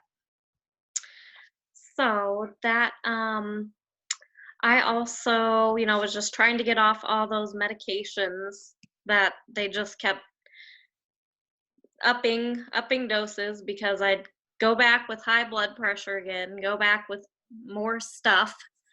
And I couldn't walk for a couple weeks. I was in a wheelchair also. I've just I was just like jelly, I guess is a way to describe it. And I just started looking more into herbs, which I kind of knew some stuff before, like organic, kind of the basic things, but didn't know much about herbs and different things like that. So started looking into that, and eventually, a couple months later, 2-3 months later, I did get off everything. And it's also kind of funny because the doctor who had treated me at the hospital was somebody who'd never gone to the hospital. Like, they just happened to come this time, get called in, and he was like not a regular, never really there. So, but he knew exactly the treatment and every cause, how that could be caused. So I did have some questions answered. And I just, to me, that was like a kind of, divine timing, another thing that somebody came, right there at the right time. But then also let's see. So it was pretty hard, and trying to that's when I got even more natural than I already kind of was drawn to, natural and awakening and that kind of stuff anyway. And medium, I always had that. And the messages I was given were really to step into who I really am, and family, and while we're here on earth, connecting, sharing, and truly connecting, not the fake what they're doing. It's not about watching TV and connecting with that and wanting to be something else, and not actually, it's getting into ourselves, going within, and actually, yes, finding who we truly are. And like Beth, it took me a while, and I couldn't really, I had my fiance to talk to, which luckily, he was also who was there as I started receiving messages when I say awakening more, I got enhanced or upgraded with my son before that I was pregnant with. I got pregnant. They're about a year apart, so they were pretty fast. So with that one, I was really getting a lot of messages. I started receiving messages with him. And so I was kind of already, you know, awakening to my, to who I am, but it kind of took a halt with that. But then it was like a kind of a slap in the face. Well, yes, here, come on. Because I was keeping it, you know, to just him and myself.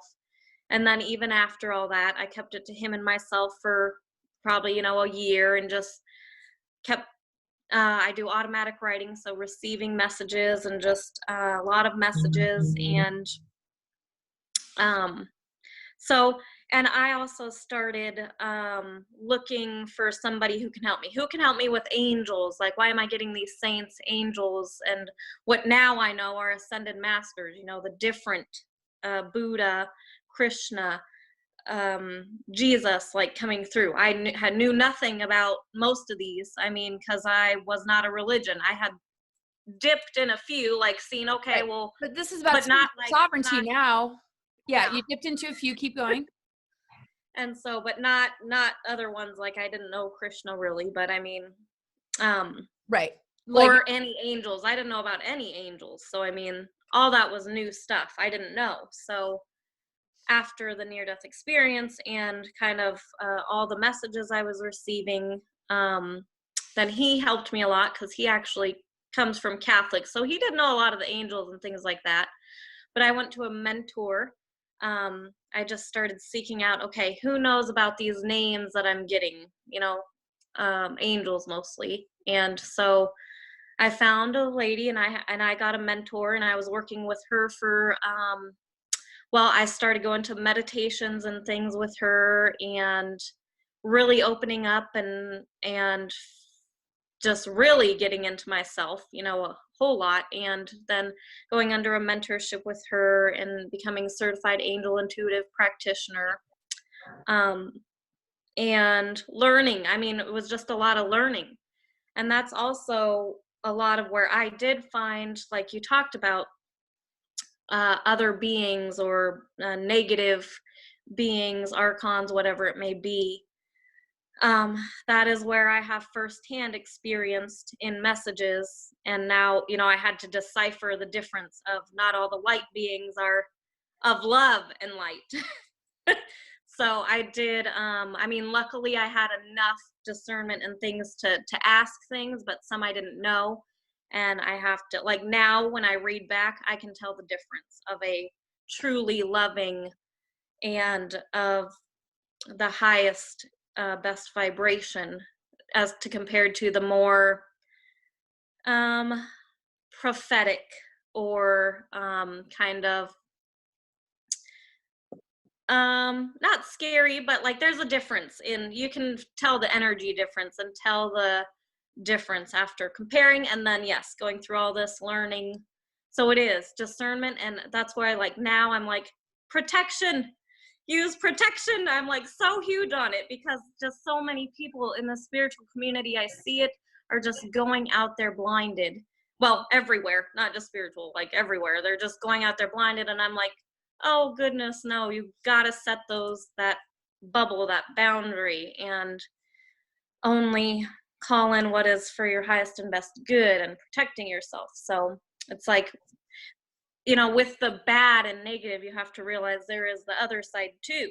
You know, please do protect yourself, and know there are beings that can be with you to also protect and love you and make sure you're okay during this time too. Oh, absolutely. Yeah. So Yeah. let's shift gears into like this coronavirus and what we're dealing with on the planet right now. And people are up against a lot of, you know, fears and confusion, not sure what to believe. And it seems like you guys, you know, already have it built into you based on your experiences of really knowing how to guide humanity right now. And that's why I really wanted to create this, because I've gotten to know the three of you pretty well. I've had the opportunity to look at your astrological charts, which are very profound and real deal, of course. I mean, that's just obvious. These are real experiences. That's what I love. So when you see, you know, where we are on the planet right now, and you also, you know, see people facing, you know, a similar crossroads that you did when you were kind of hanging on the edge of life and death. What are the most important things that you feel you want to bring in right now? Not just in your work and in your mission stuff, but like, you know, spontaneously with just answering this question, but really more about, you know, as you're in quarantine, what is really coming through, you know, because obviously you three have really strong missions. What is starting to really show itself more and more as, okay, this is the best thing I can do right now in these times with my work or with your own personal lives? Anything that you want to impart on us connected to that? And Beth, we can start with you since we're, you know, consistently doing the, and thank God you came back. I was like, oh my God, where did she go? Like, okay, like not be so attached.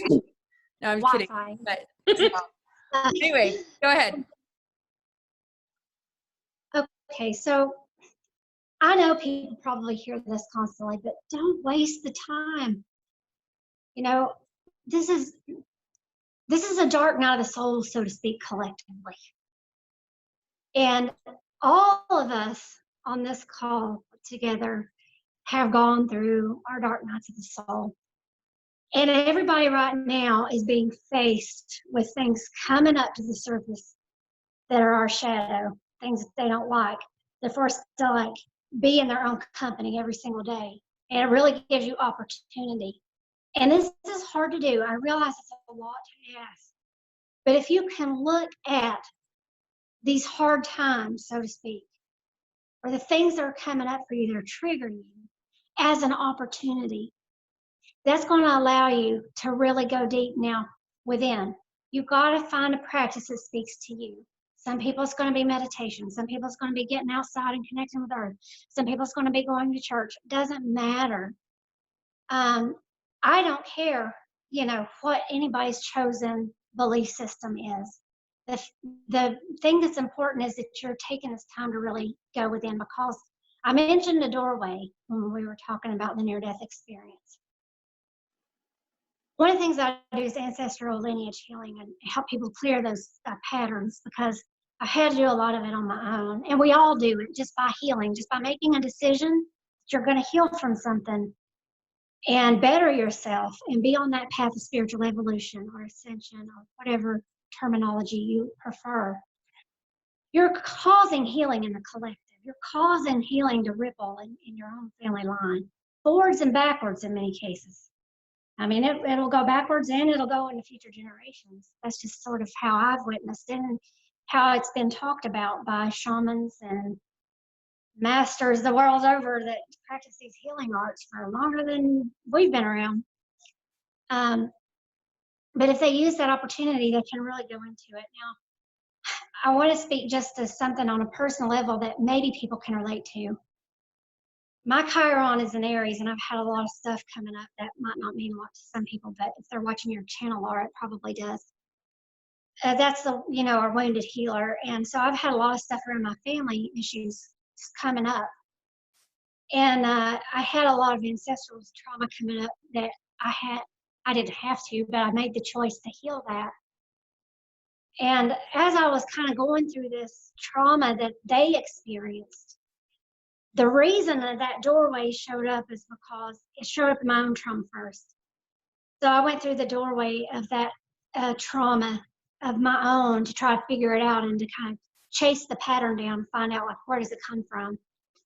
And in chasing it down, I saw and witnessed and felt and heard and observed their trauma patterns and their pain and all of the things that my grandfathers and my grandmothers and my family from way back have gone through. And human beings in general, we carry all kinds of trauma.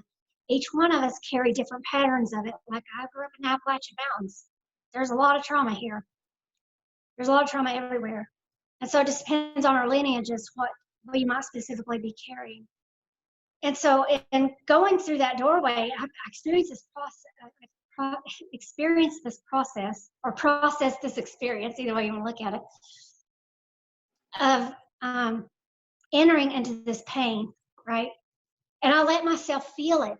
So whatever you're feeling, let it flow through you. Don't hold it up. Don't let it get pent up. You're right. You've got to give it permission to move, but you've got to give it permission to move so you can release it. Let it come over, be expressed. So if you find that you need to cry your eyes out, scream, whatever it is that you need to do to process that pain, process it. Because in all the time since my death experience, that I have been able to enter a doorway back to that place of oneness, back to bliss consciousness, has always been through the doorway of intense trauma and pain. And letting myself feel whatever it was that I needed to experience that has come up for me, that's triggering me, that's causing me to have whatever emotion is around it that I might perceive to be negative emotion. And inevitably, when I go through that, when you figure out how to resource that heart connection, I experience this polarity, right? And I think everybody can experience this polarity at the same time. It's like you have duality, and you've got, the light and the dark, the left and the right, the masculine and the feminine, the up and the down, whatever gives us contrast is the duality. But in that duality, it's almost like going through the doorway of one leads you back to the doorway of the other. So you have this intense pain, and it gives birth to this intense joy and happiness and bliss that you can't describe. And it's almost like being back at that center point of the perfect balance there in that duality, where you can rise up above it and see the duality for what it really is. And I don't know if any of this is making sense. Oh yeah, I'm just sitting here like I could just sit and listen, and it's like I don't know. You're speaking my language, and this is the kind basically of just use the opportunity, right? Oh, it's so beautiful to hear what you're saying. Yes, just use the opportunity to go to let yourself feel what you're feeling, and ask the question: what can I learn from this? What did it come to teach me? What kind of gold, or what is the gift to the wound? Because there is always a gift in the trauma. There's always gifts in those wounds.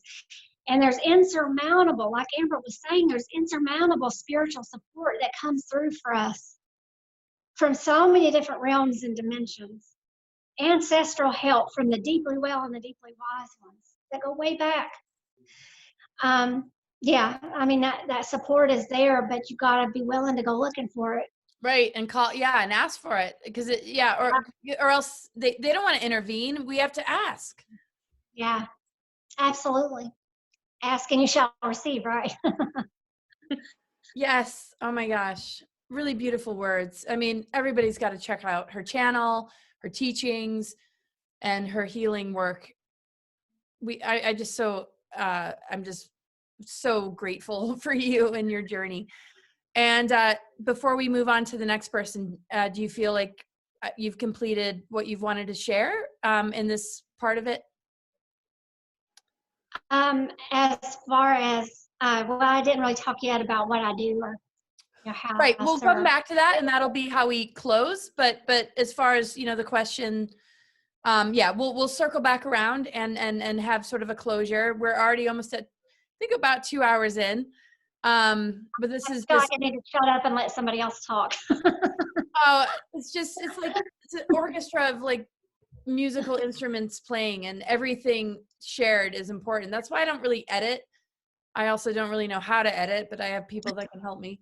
But I like the raw, unfiltered, and it's all perfect and where it needs to be. And these are incredible reminders. So moving on to Susan, your thoughts of what you're seeing. If you remember, the initial question about the coronavirus and, people that are at that crossroads of, really choosing this greater journey, this alchemical journey, and really, seeing the beauty and the lesson that, you really you really expressed beautifully, Beth. What are your thoughts about the here and now, and what can you pass on to us as far as, your perspective or any wisdom you want to impart? I did particularly like what Beth ended with, and asking for help. I think that is crucial right now. Whether it be asking your spirit guides or your angels, or asking your next door neighbor, your friends, whatever you need to feel connected. And finding some ways to bring some joy into your space, whatever you need to do that. If you're not sure, just turn on some music. Yeah, find something that makes you, want to dance around the house and just be silly for a little bit. Yeah. Um, go out and stick your hands in the dirt. It's a perfect time to go plant some seeds and plant some flowers. Yeah, that's one of the great ways to release anxiety, is to get your hands in the dirt. But particularly just finding some, the music and tones, finding some way to bring that into your space, because that can help clear your personal energy, can help clear the space in your, energetically in your living space. Just finding some way to do that, just to help Getting release into some of that sacred lost that child. built up. And Right? I know one of the things I've done is I've gotten real caught up in all the YouTube videos and the different alternative news sources of what's going on in the background. And yeah, and after about a week or so of that, I was like, I've got to do something just to let go of that. I can't, or I'm just going to be stuck in that this whole time. So that's one of the, Really great point. Exactly. Yeah. Major. yeah, 'cause, there's so many different alternative sources we can turn to for what's truly going on right now and what's the true cause of it. And, that's, a whole nother discussion, as we all know. But yeah, find some way to feel connected to, to bring some joy into your space right now. Absolutely agree. Absolutely agree. And the boundaries we were talking about, protecting our auric fields and our creative Yes. channels from the intrusion of this propaganda. And Mm-hmm. these things that also make us feel like there's something outside of us that's going to save the day. And there's an outer war. It's either going to win or it's going to lose. And I mean, Yeah. that's such the duality field. And you guys really, that But resolution. we also need to visualize what it is we want to create. Because we have a chance to restart and reset and create the world we really want here. What is it you really want? And Do you you did want that for your own life path and the most for amazing your own way. life, for your own life path? We want to create a cleaner environment. What is it that you want to do to offer to the community that you live in to help create that? We're gonna have, me and a friend were talking about this the other day, because we're all, so many people are now learning to work from home. So now we're going to have all these big office buildings that are going to be underutilized. What are we going to do with those spaces? Why not and make them healing centers? Oh, sorry, I didn't mean to cut you off. But hydroponic centers where we can start growing our own food locally, where we can bring in people like our homeless and be training them to help us run those hydroponic centers. Things like that. Those, that can be a start. So many people, we've forgotten even how to cook and can and, even grow a simple anything in our own yards. We need our elders to teach us how to do those things again. yes. Oh my gosh. You guys, it's going to be amazing when you check out her website and all the incredible artwork that has come through her and activations. And I swear it's all right. I'm going to stay chill and not get overly ecstatic. Cause got to stay integrated with the polarity of light and dark. Don't want to get too excited. Yeah, we got to find a way to continue to stay grounded. Right. I tend to, and then we all want to do this. All of us want to get back to that one, even if it was just a moment of feeling what it was we felt during our experiences. There's a part of that we want to still be connected to, and we want to experience again. You bringing that gift to the world and reminding them and helping to lift that separation I mean, these are extraordinary stories and journeys that you've been on. So we'll circle back around, you know, for everybody to share, you know, what work you're doing and services that you provide. Lack of a better term, the English language is definitely limited. But Amber, give us, you know, your thoughts on where we currently are. Coronavirus, humans are at a crossroads, making big decisions in their everyday. What's kind of flowing through you, and what wisdom would you like to impart, you know, to anybody that's just like freaking out? Well, I want to touch on what she said. I like to call it heaven on earth, like bringing back that, just bring it all here, that beauty that we kind of experienced. It won't be the same. We know that it's like definitely not the same, but at least close to it. So we can feel closer to the heaven here while we're here. Right. Appreciating family, connection, all that. Integrating, yes, you know, Father, sky, and cosmos, and Mother Earth, and bringing it into ourselves and all throughout each other, you know, in harmony and balance. Okay. So beautiful. Yes. I mean, bringing up the family thing and the relationships and yes, keep going. Sorry. Just had to. Yes. And then, so with the coronavirus, that stuff, yeah, you're right. I get into that. I'm like, I've got a balance, because I go kind of, I'm always in the positive state, you know, like I stay in that higher vibration, but I can't, you know, I'm like, oh, well, what could this be? You know, all these questions. Is it this? Is it that? And then eventually I just have to come and say, I've got to a point where I'm just like, okay, I really don't know how it happened, what's real, what's true. But what I do know is we don't want to live in fear. Like, that is just feeding the negatives. That's all that does, is feed the bad powers that be, the negative timeline. So I know for me, I just try and spread and be in love, and just say, you know what, no matter what happens, I know that, well, I'll be with my loved one. It's again after this. We're gonna all meet again, but that we also are ever, you know, learning and growing, and just to not live in fear, but live in love, because no matter what, that's the best way to go out. If we're going to go out, I don't know, you know, I'd rather be happy and be living it up and out there with Mother Earth. And yeah, even me getting out there, I'm getting out more and really connecting more with each other, the family. You're at home now, and connecting with Earth. You can get outside more, and yes, finding what is it.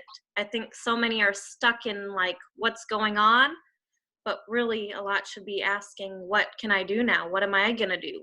Like, go within and find what it is that your soul yearns for. I feel like this is a great time to really figure that out. Here, here. Yeah.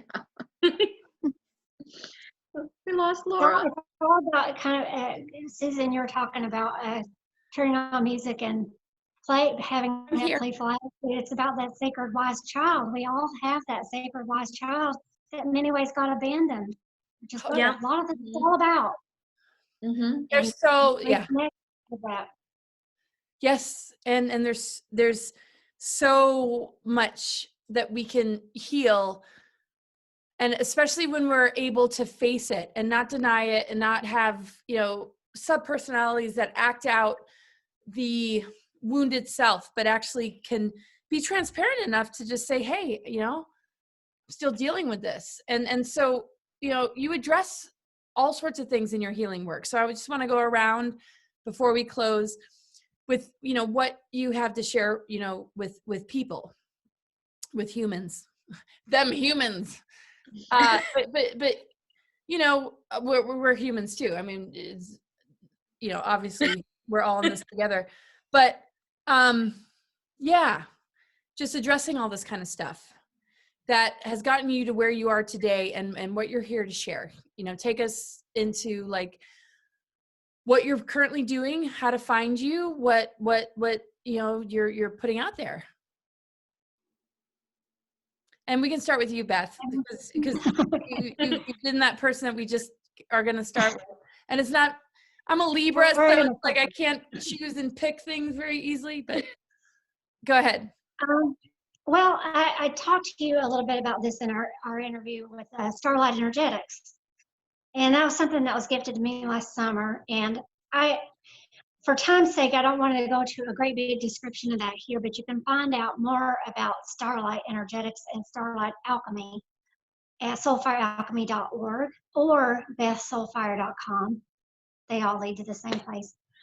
But I work with people through different mediums. So I do shamanic energy medicine, shamanic journeying, beyond quantum healing, hypnosis. I'm a Reiki master. So I have a variety of tools. And lately I've been doing a lot more tarot and oracle. And also I'm really doing a deep dive on astrology, even though it's something that I've studied for years. As you know, Laura, it's like learning a new language. And it's really, the more I look into it, the more I realize it's kind of like a hard and fast science, but I love it. And so that's something I'm diving more deeply into, because I realize that all of these tools, and I feel like the more tools I have in my tool basket, the better I can help anybody, no matter where they're at, right, and meet them there. So a lot of what I do can be considered past life or alternate life regression therapy. Ancestral healing to help clear out any patterns that you're carrying that might be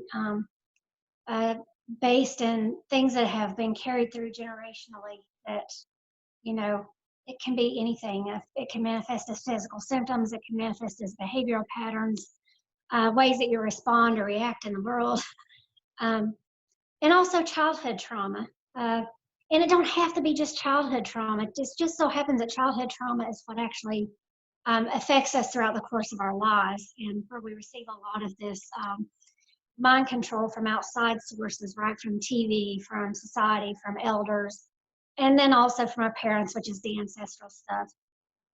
So a lot of what I do is to help people go in and find ways in which they have been traumatized, and figure out how to do that shadow work. We refer to it as shadow work because there's inevitably things that come up that cause us to be triggered, that cause us to be locked into unhealthy habits and patterns and belief systems that just do not serve our highest good.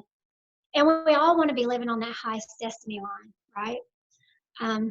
We all want to figure out what that highest octave is for us, where we can live our best life and do the most good for ourselves, do the best for ourselves and for everybody else around us.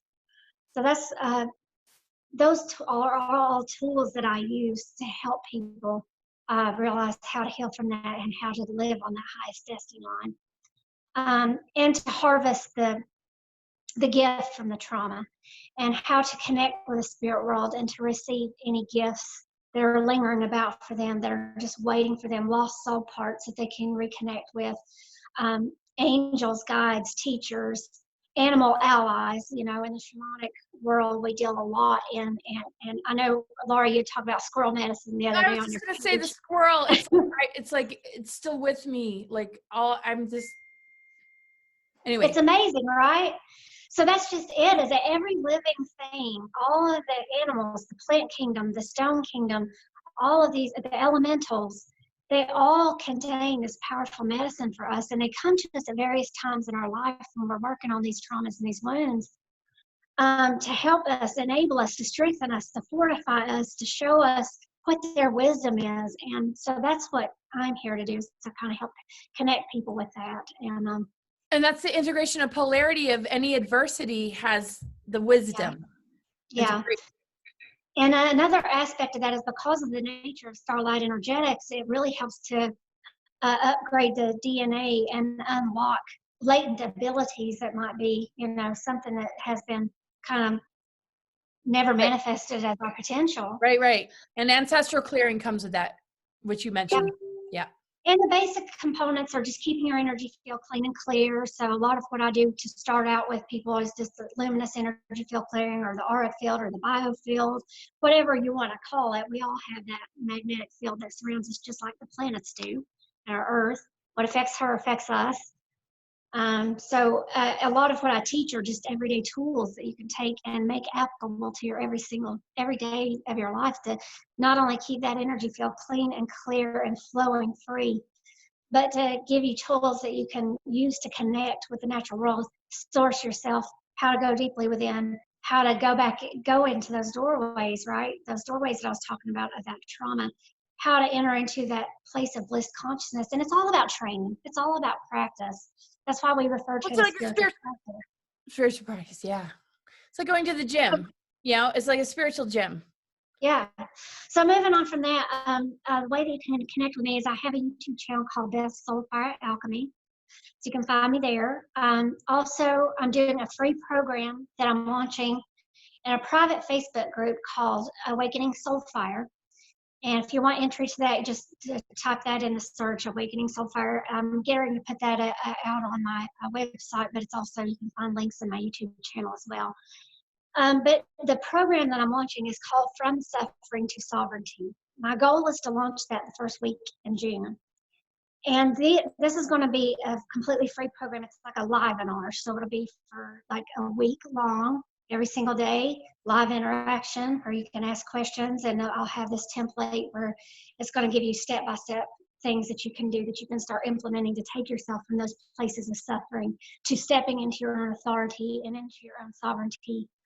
And what that means. And you didn't talk about it, well, you did talk about it in a direct sort of way when you put out your video addressing the dark forces the other night. Oh, it was actually the night we were supposed to do our interview. And that, you know, it works collectively. So everything that affects us on a micro level affects the macro level. So, you know, we're all working towards this together. We're all in it together. We're all one family.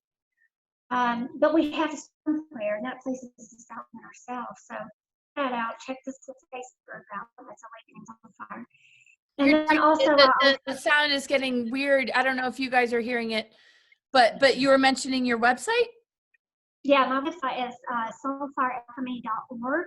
Okay, well, I'll be putting that in the description. So if you guys aren't able to hear that, you were clear up until just like literally seconds ago. So,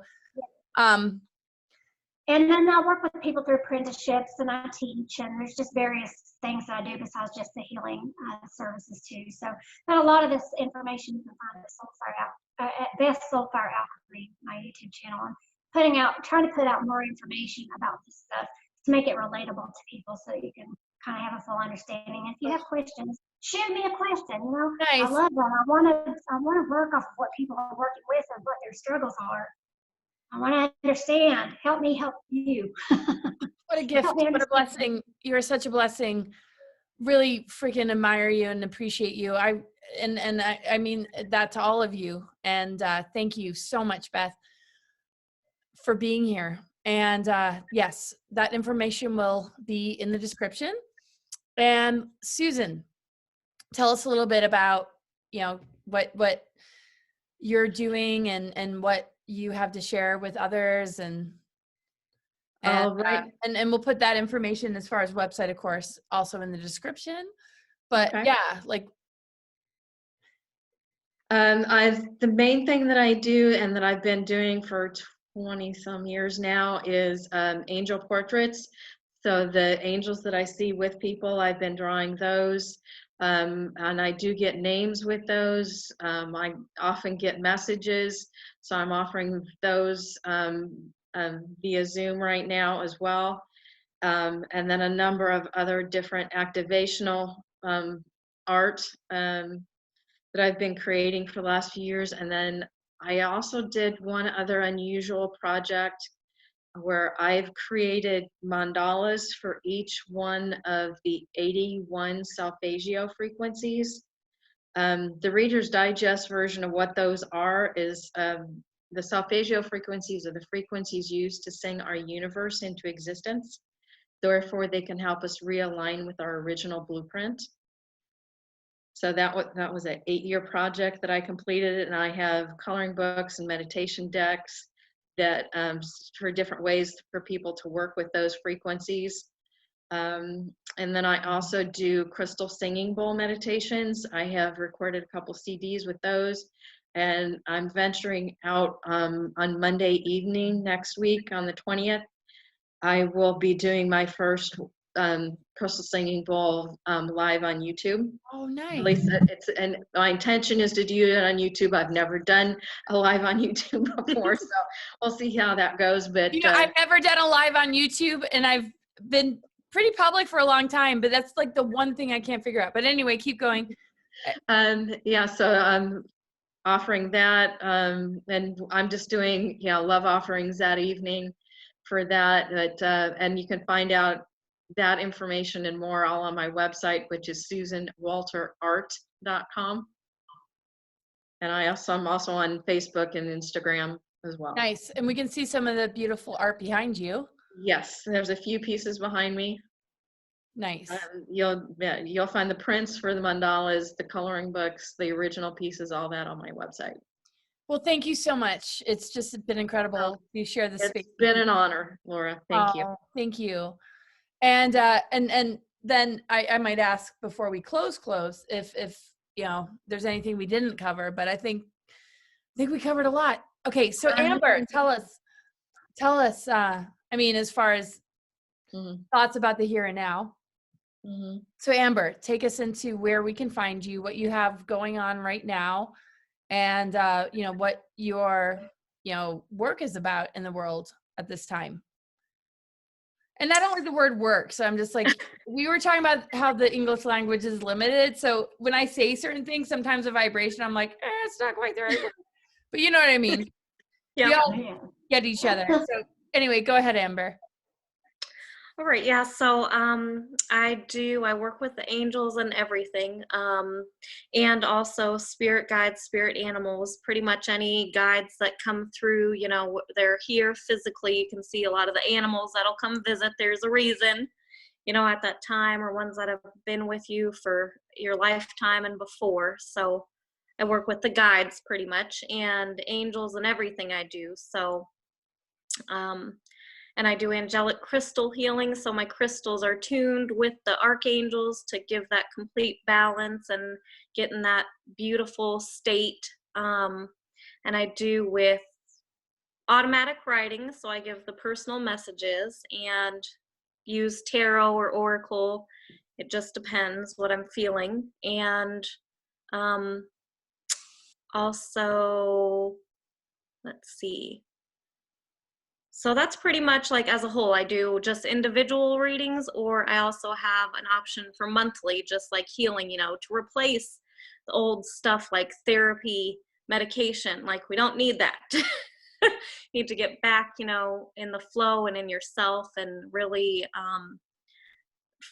finding who we are again. You are, like many people are just so lost. So I have that monthly option to also use the angels to bring in that healing and just guidance. And then I'm also just working now. I've completed a course, and it is specific to mothers right now because I feel we need to bring that energy back. It's just been distorted. Like, there's so much, the masculine and feminine has been so distorted, and it's like, as women, we should be proud to give birth to our children, and naturally. And there's just this mix that has kind of come in and tried to take away who the mother really is, what the nurturing part of us, the holding together our emotions are okay, and we've just been told to shut everything off. And it's like, no, we're not like Hillary. We're not that doesn't count. Okay, it's not. Yeah, like feminist movements like miss the mark because it's just like, no, it's not just because you're in a female body that we're gonna vote you into office. You need to be like a truly embodied divine feminine energy, and also be in touch with your masculine. Just as the other. No, it's crazy. Yes. So. Yep, that's what I'm working on. I've just created that and got finished with that. So I've got a group, Heart of Mother's Purpose, just for that. It's a 6-week course. And it's all about just... make sure, I'll make sure to put that in the description. Sorry. So keep going. I didn't mean to cut you off, but That's if okay. anybody's sort of like trying to write it down, I'm going to make sure it's in there. Okay. And so that's pretty much the gist of it. I mean, we're all ever growing, right? I feel like next year there might be something else I'm doing, because it's like there's so Right. much Oh, we totally. gather along the way, but Yeah. But it's you'll just update your sites, and you know, you're accessible. All of you are accessible. And that's awesome. I was a single mom of twins who are now almost 22, and they couldn't be cooler. And yeah, it's so interesting how we crumble the matrix through being willing to be authentic and trust our inner guidance, but also have love and compassion for where some of these forces or the creative energy and life force of the individuals that are creating this major opposition and duality. I mean, I tried in my video that kind of has gotten more hits than most of my videos to just say thank you. Thanks for playing the dark role. You know, it's great that you are playing the villain role, but about shooting anything else into us. I mean, it is really like the rollout of New World Order that I think they thought they could implement in the Hillary administration. So they're counting on us to buy into the fear of the coronavirus. And I feel like you guys just deprogram the world. And I hope people tune into this, because, you know, you guys prove that when you connect with your truth and you trust yourself, all that has something to learn from you versus the other way around. And some of the egos in the world and how that infiltrates family lines and politics and religion, you know, you guys, you know, took a personal stand, and I hope humanity can follow and be as brave and as strong and as incredible as you guys. And you're an amazing example. And I've really appreciated this time together. So does anybody have anything that you want to share before we close? You mentioned your work. We're going to put that in the comments, or not in the comments, but in the description. But anything that you feel now that we have to say goodbye that we might not have covered, you know, so feel free to just jump in and say anything you like before we close. I have a couple of events that I forgot to mention just real quick. I'm doing a roundtable discussion with a few different people on April 22nd at 7 p.m. So if you want to follow me on Facebook, you can. That'll be live on Facebook. Actually, it's going to be a Zoom thing, but it's called Alchemizing Fear. So we're going to touch on this about how to take fear and figure out how to not only let it serve you, but how you can serve the fear. And so you can kind of have this integration process. You're not just shoving it in a dark closet and closing the door, because those things grow. We can do that. The other thing is that this Sunday at 5 p.m. Eastern Standard Time, doing a meditation with a friend of mine named Naomi Moore. And we're co-leading this meditation together. And it's not just a meditation, but it's a healing as well. So I'm going to lead a shamanic meditation that's going to actually do the things that we're talking about to help you get connected with the heart of Mother Earth, with the heart of great mystery, into your own heart, get anchored into that energy, and to send love to everything, including what you were speaking to, even these dark forces, right? Because that's the one thing that was dissolved is our love, because that overcomes everything. And it's a really challenging thing to do. Nobody said it was easy. But if we can figure out a way to do it, it's going to dissolve and break up a lot. So I just wanted to invite everybody to that meditation. That's incredible. Yeah. That'll be on my YouTube channel, and we'll be uploading it to Facebook too. But yes, I don't have the please send me all that info. Yeah. I'm sorry. Definitely. You said you're uploading it to Facebook. Anything else? Oh, that's it. It's going to be on. It's not so great. So I don't mean to interrupt. You're fine. I'll send you the information. Okay, good. Because we'll put it. I'll put it in the description. Yes. But it's huge, you know, to call back these fragmented pieces that have been captured. And there's a lot of blackmail out there, and you know, it takes a lot of strength, because yeah, anger is one of the phases we have to be willing to move through, but we have to channel it correctly and not get lost in the duality programs, because, you know, sinking down to the same level of the things that we're trying to, you know, overcome. You know, I'm sure there's been a lot of quotes throughout history of, you know, you can't solve problems in the same area that those problems exist. It's raising the vibration, going higher. And you guys all had, your stories are extraordinary. Okay, so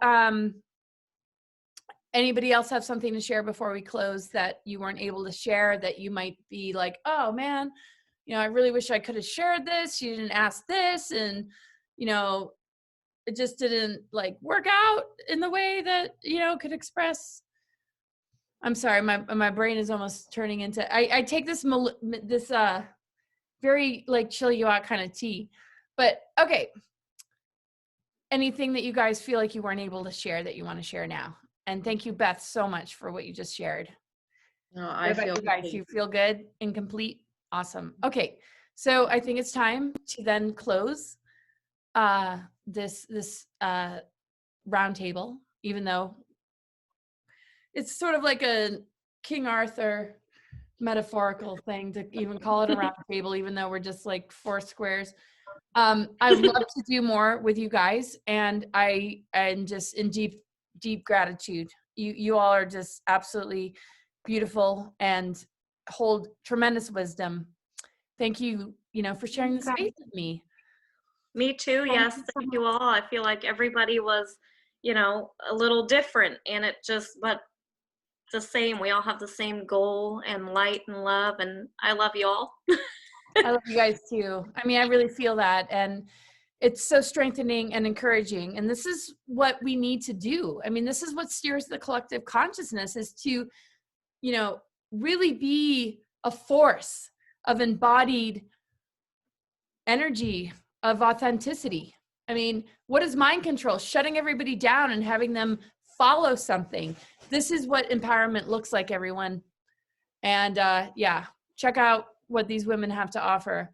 And they're the real deal, and they've experienced something and overcame it. And we are in that place right now. And there's major crossroads that we're facing as a humanity. And we need these reminders.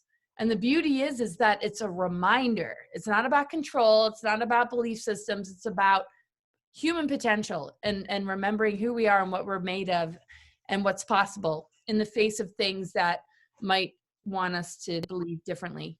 So thank you, you beautiful women. I'm so grateful for your time, and take care, everybody. Thanks for tuning in. Thank you.